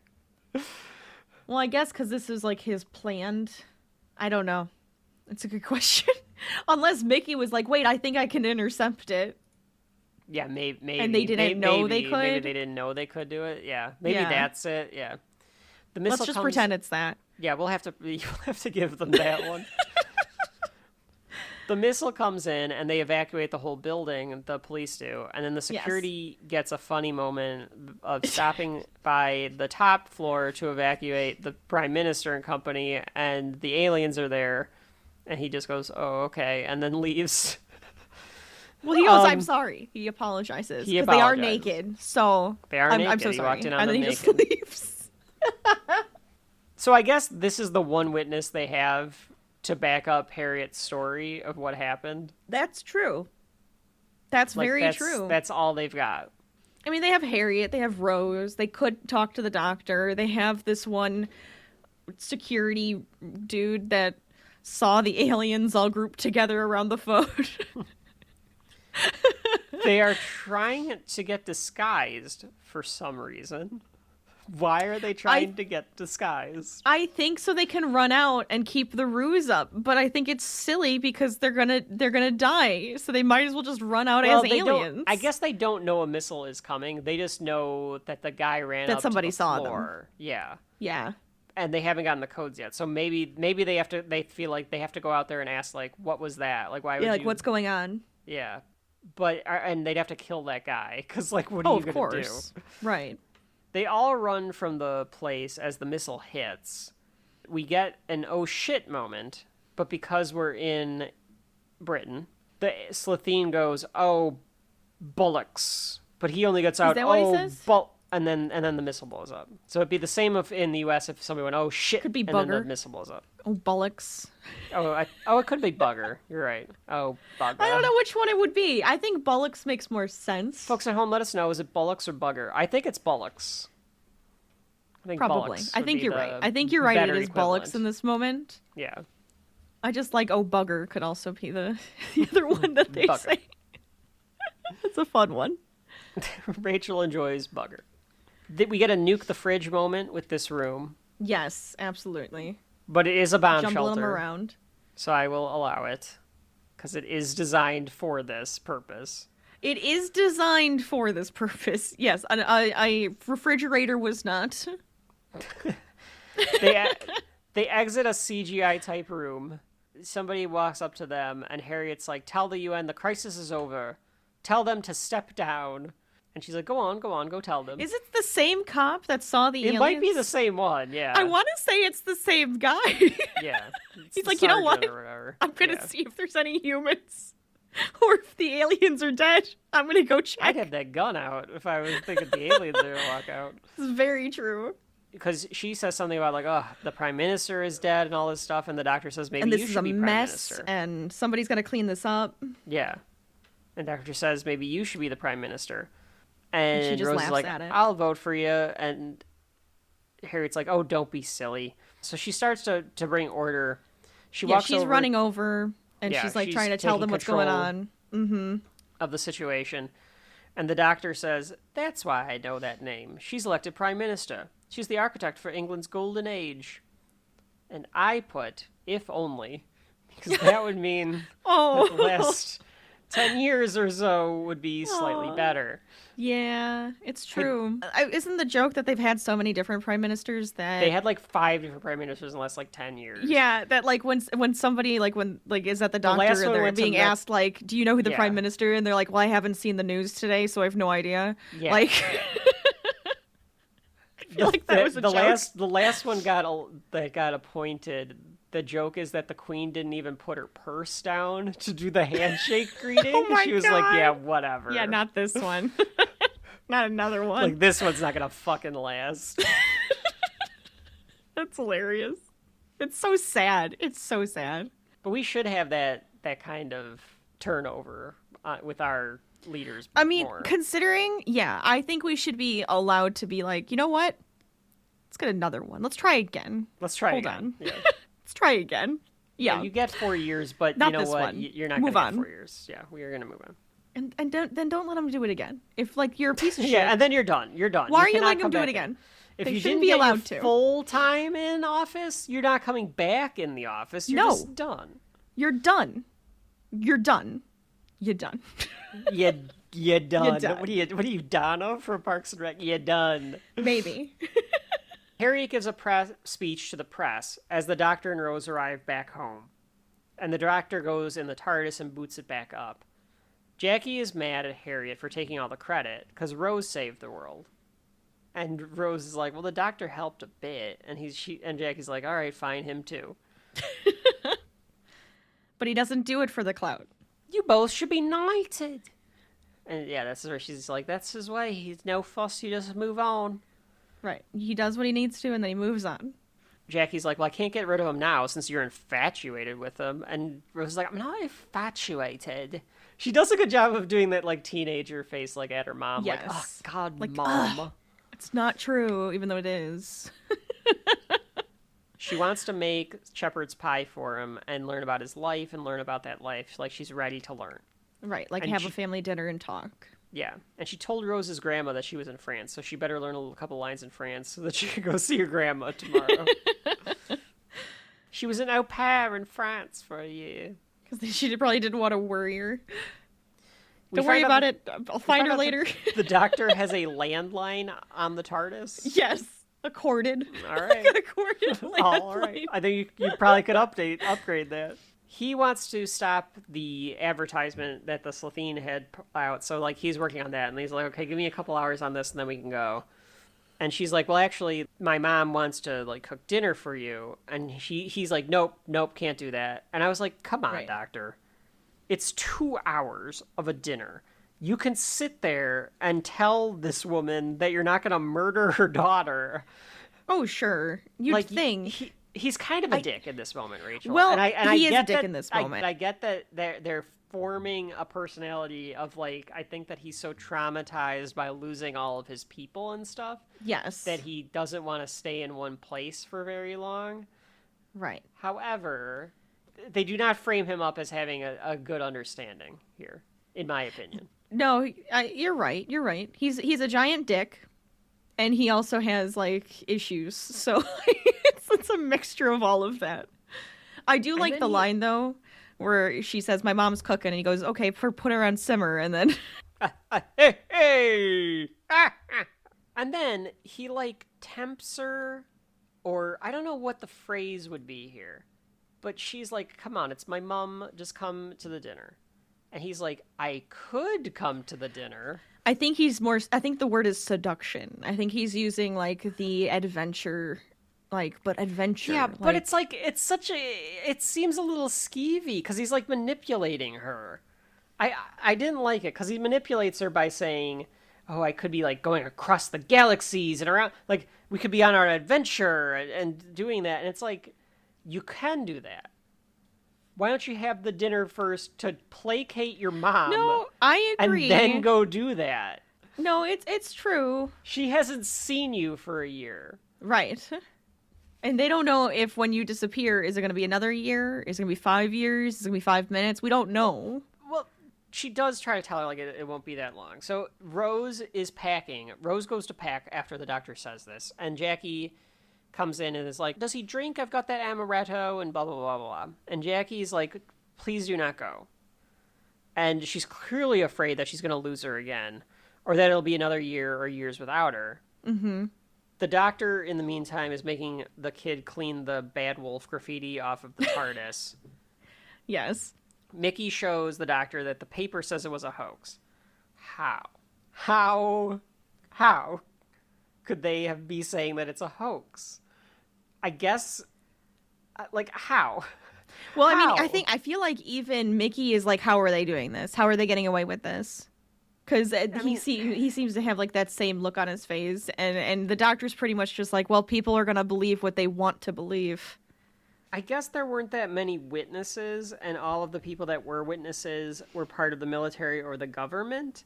Right. But you have to explain how a missile that everyone was able to see. There was that missile and Big Ben. Downing Street and Big Ben. Like, what are you gonna say, that was a military exercise?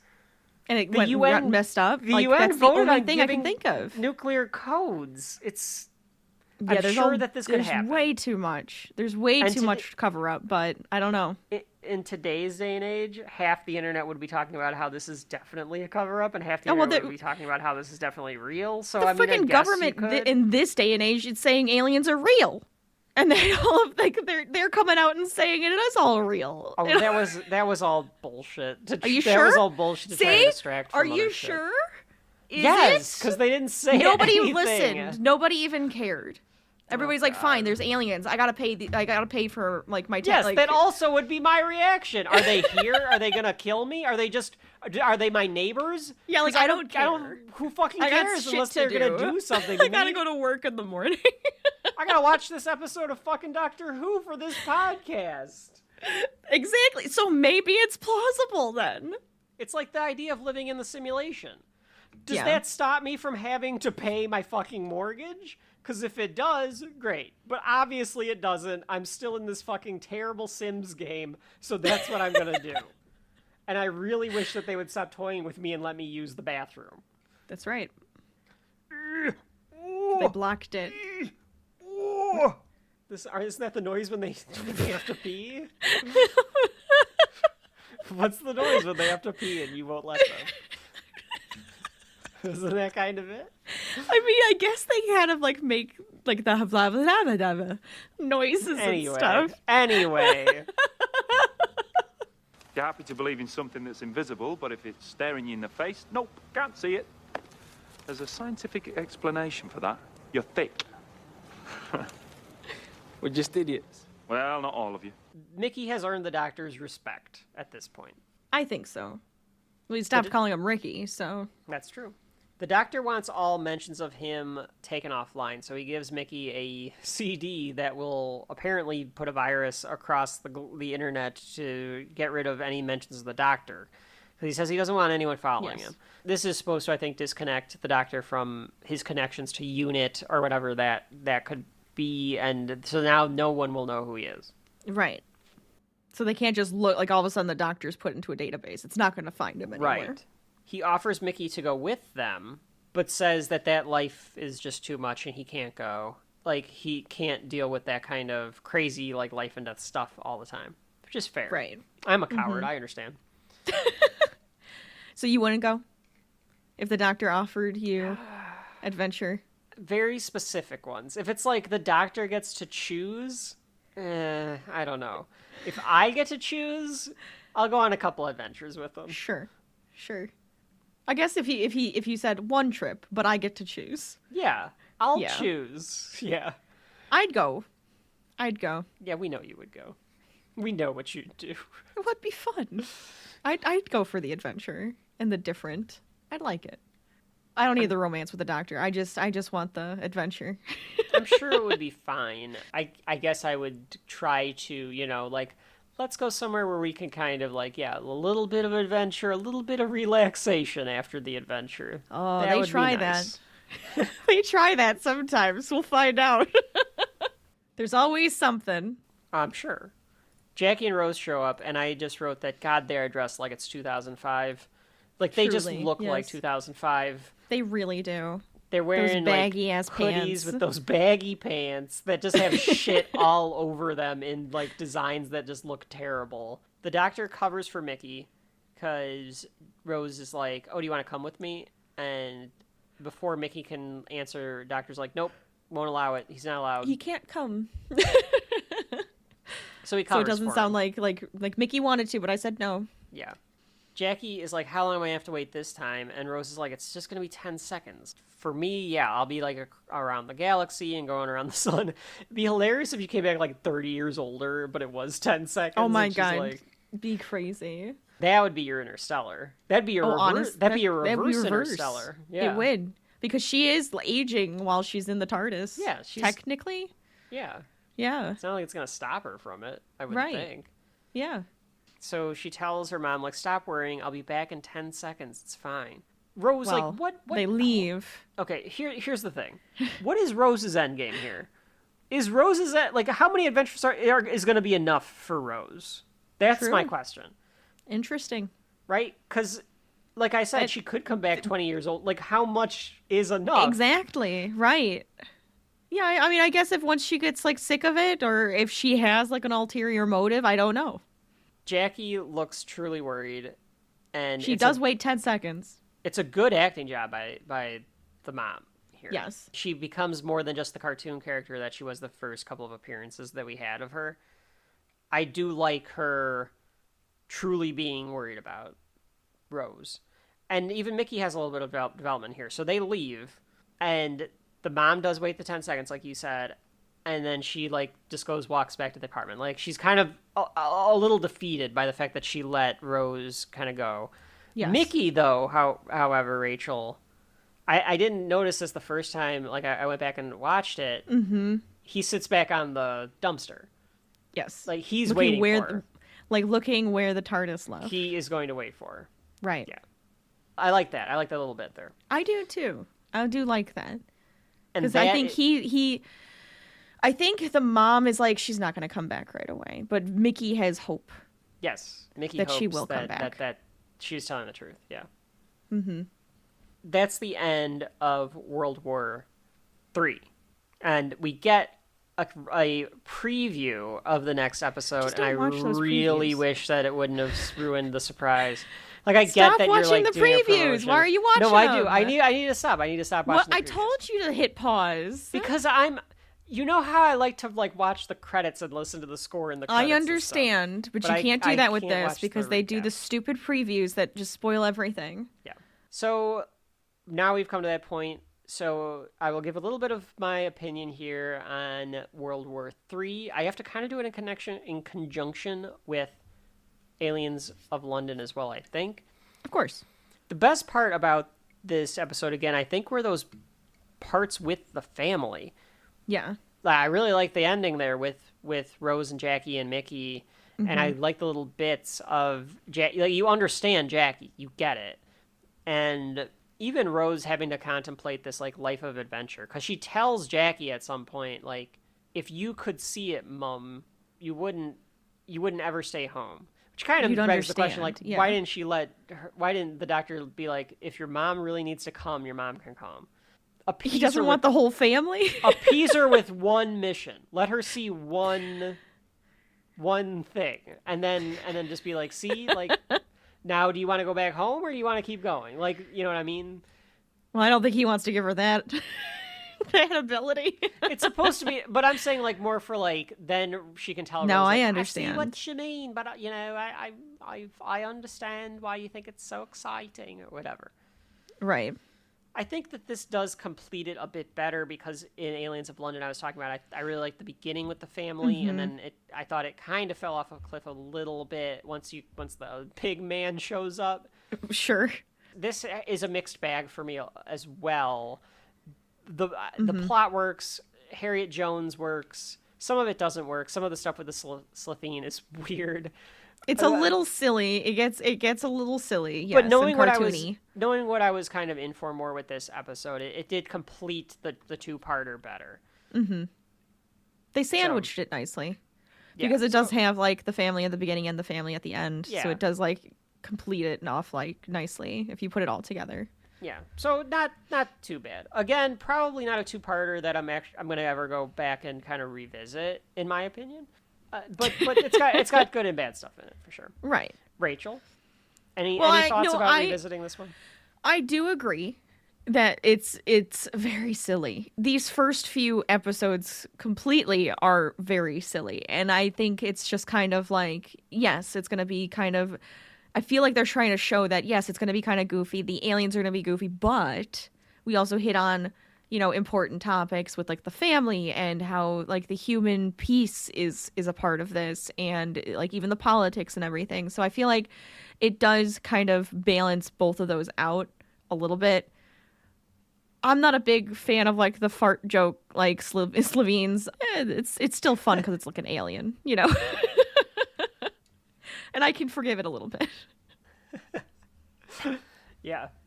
No, that's yeah. No, I like to hear the opinion of a true Whoviite. Sure. Whoviite, okay. I know what you really said. I feel like a rock when you say it like that. A Whovian, a Whovillian. No, a Whovillian is from Whoville. Well, oh yeah, that's right. That's right. A Dr. We determined that. Thing. Yeah, go back in the catalog. So yes, that was World War III. So now we will get, when we come back, what is that? Uh-oh. What's that thing? It's like saying something? It's got like a blue ball on it. Is it saying something? Exterminate! Exterminate! Exterminate! Oh. I don't like that. I don't like the sound of that. Well, okay, next time, we gotta go. We have to go for this one. We have to go. Okay. I've been Kevin. I'm Rachel. All right. This is Shelf Life. We'll see you next time. More Doctor Who.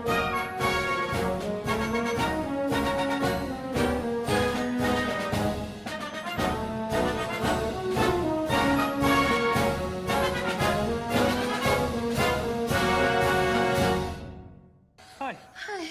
Who's your friend? Charles Dickens. Okay.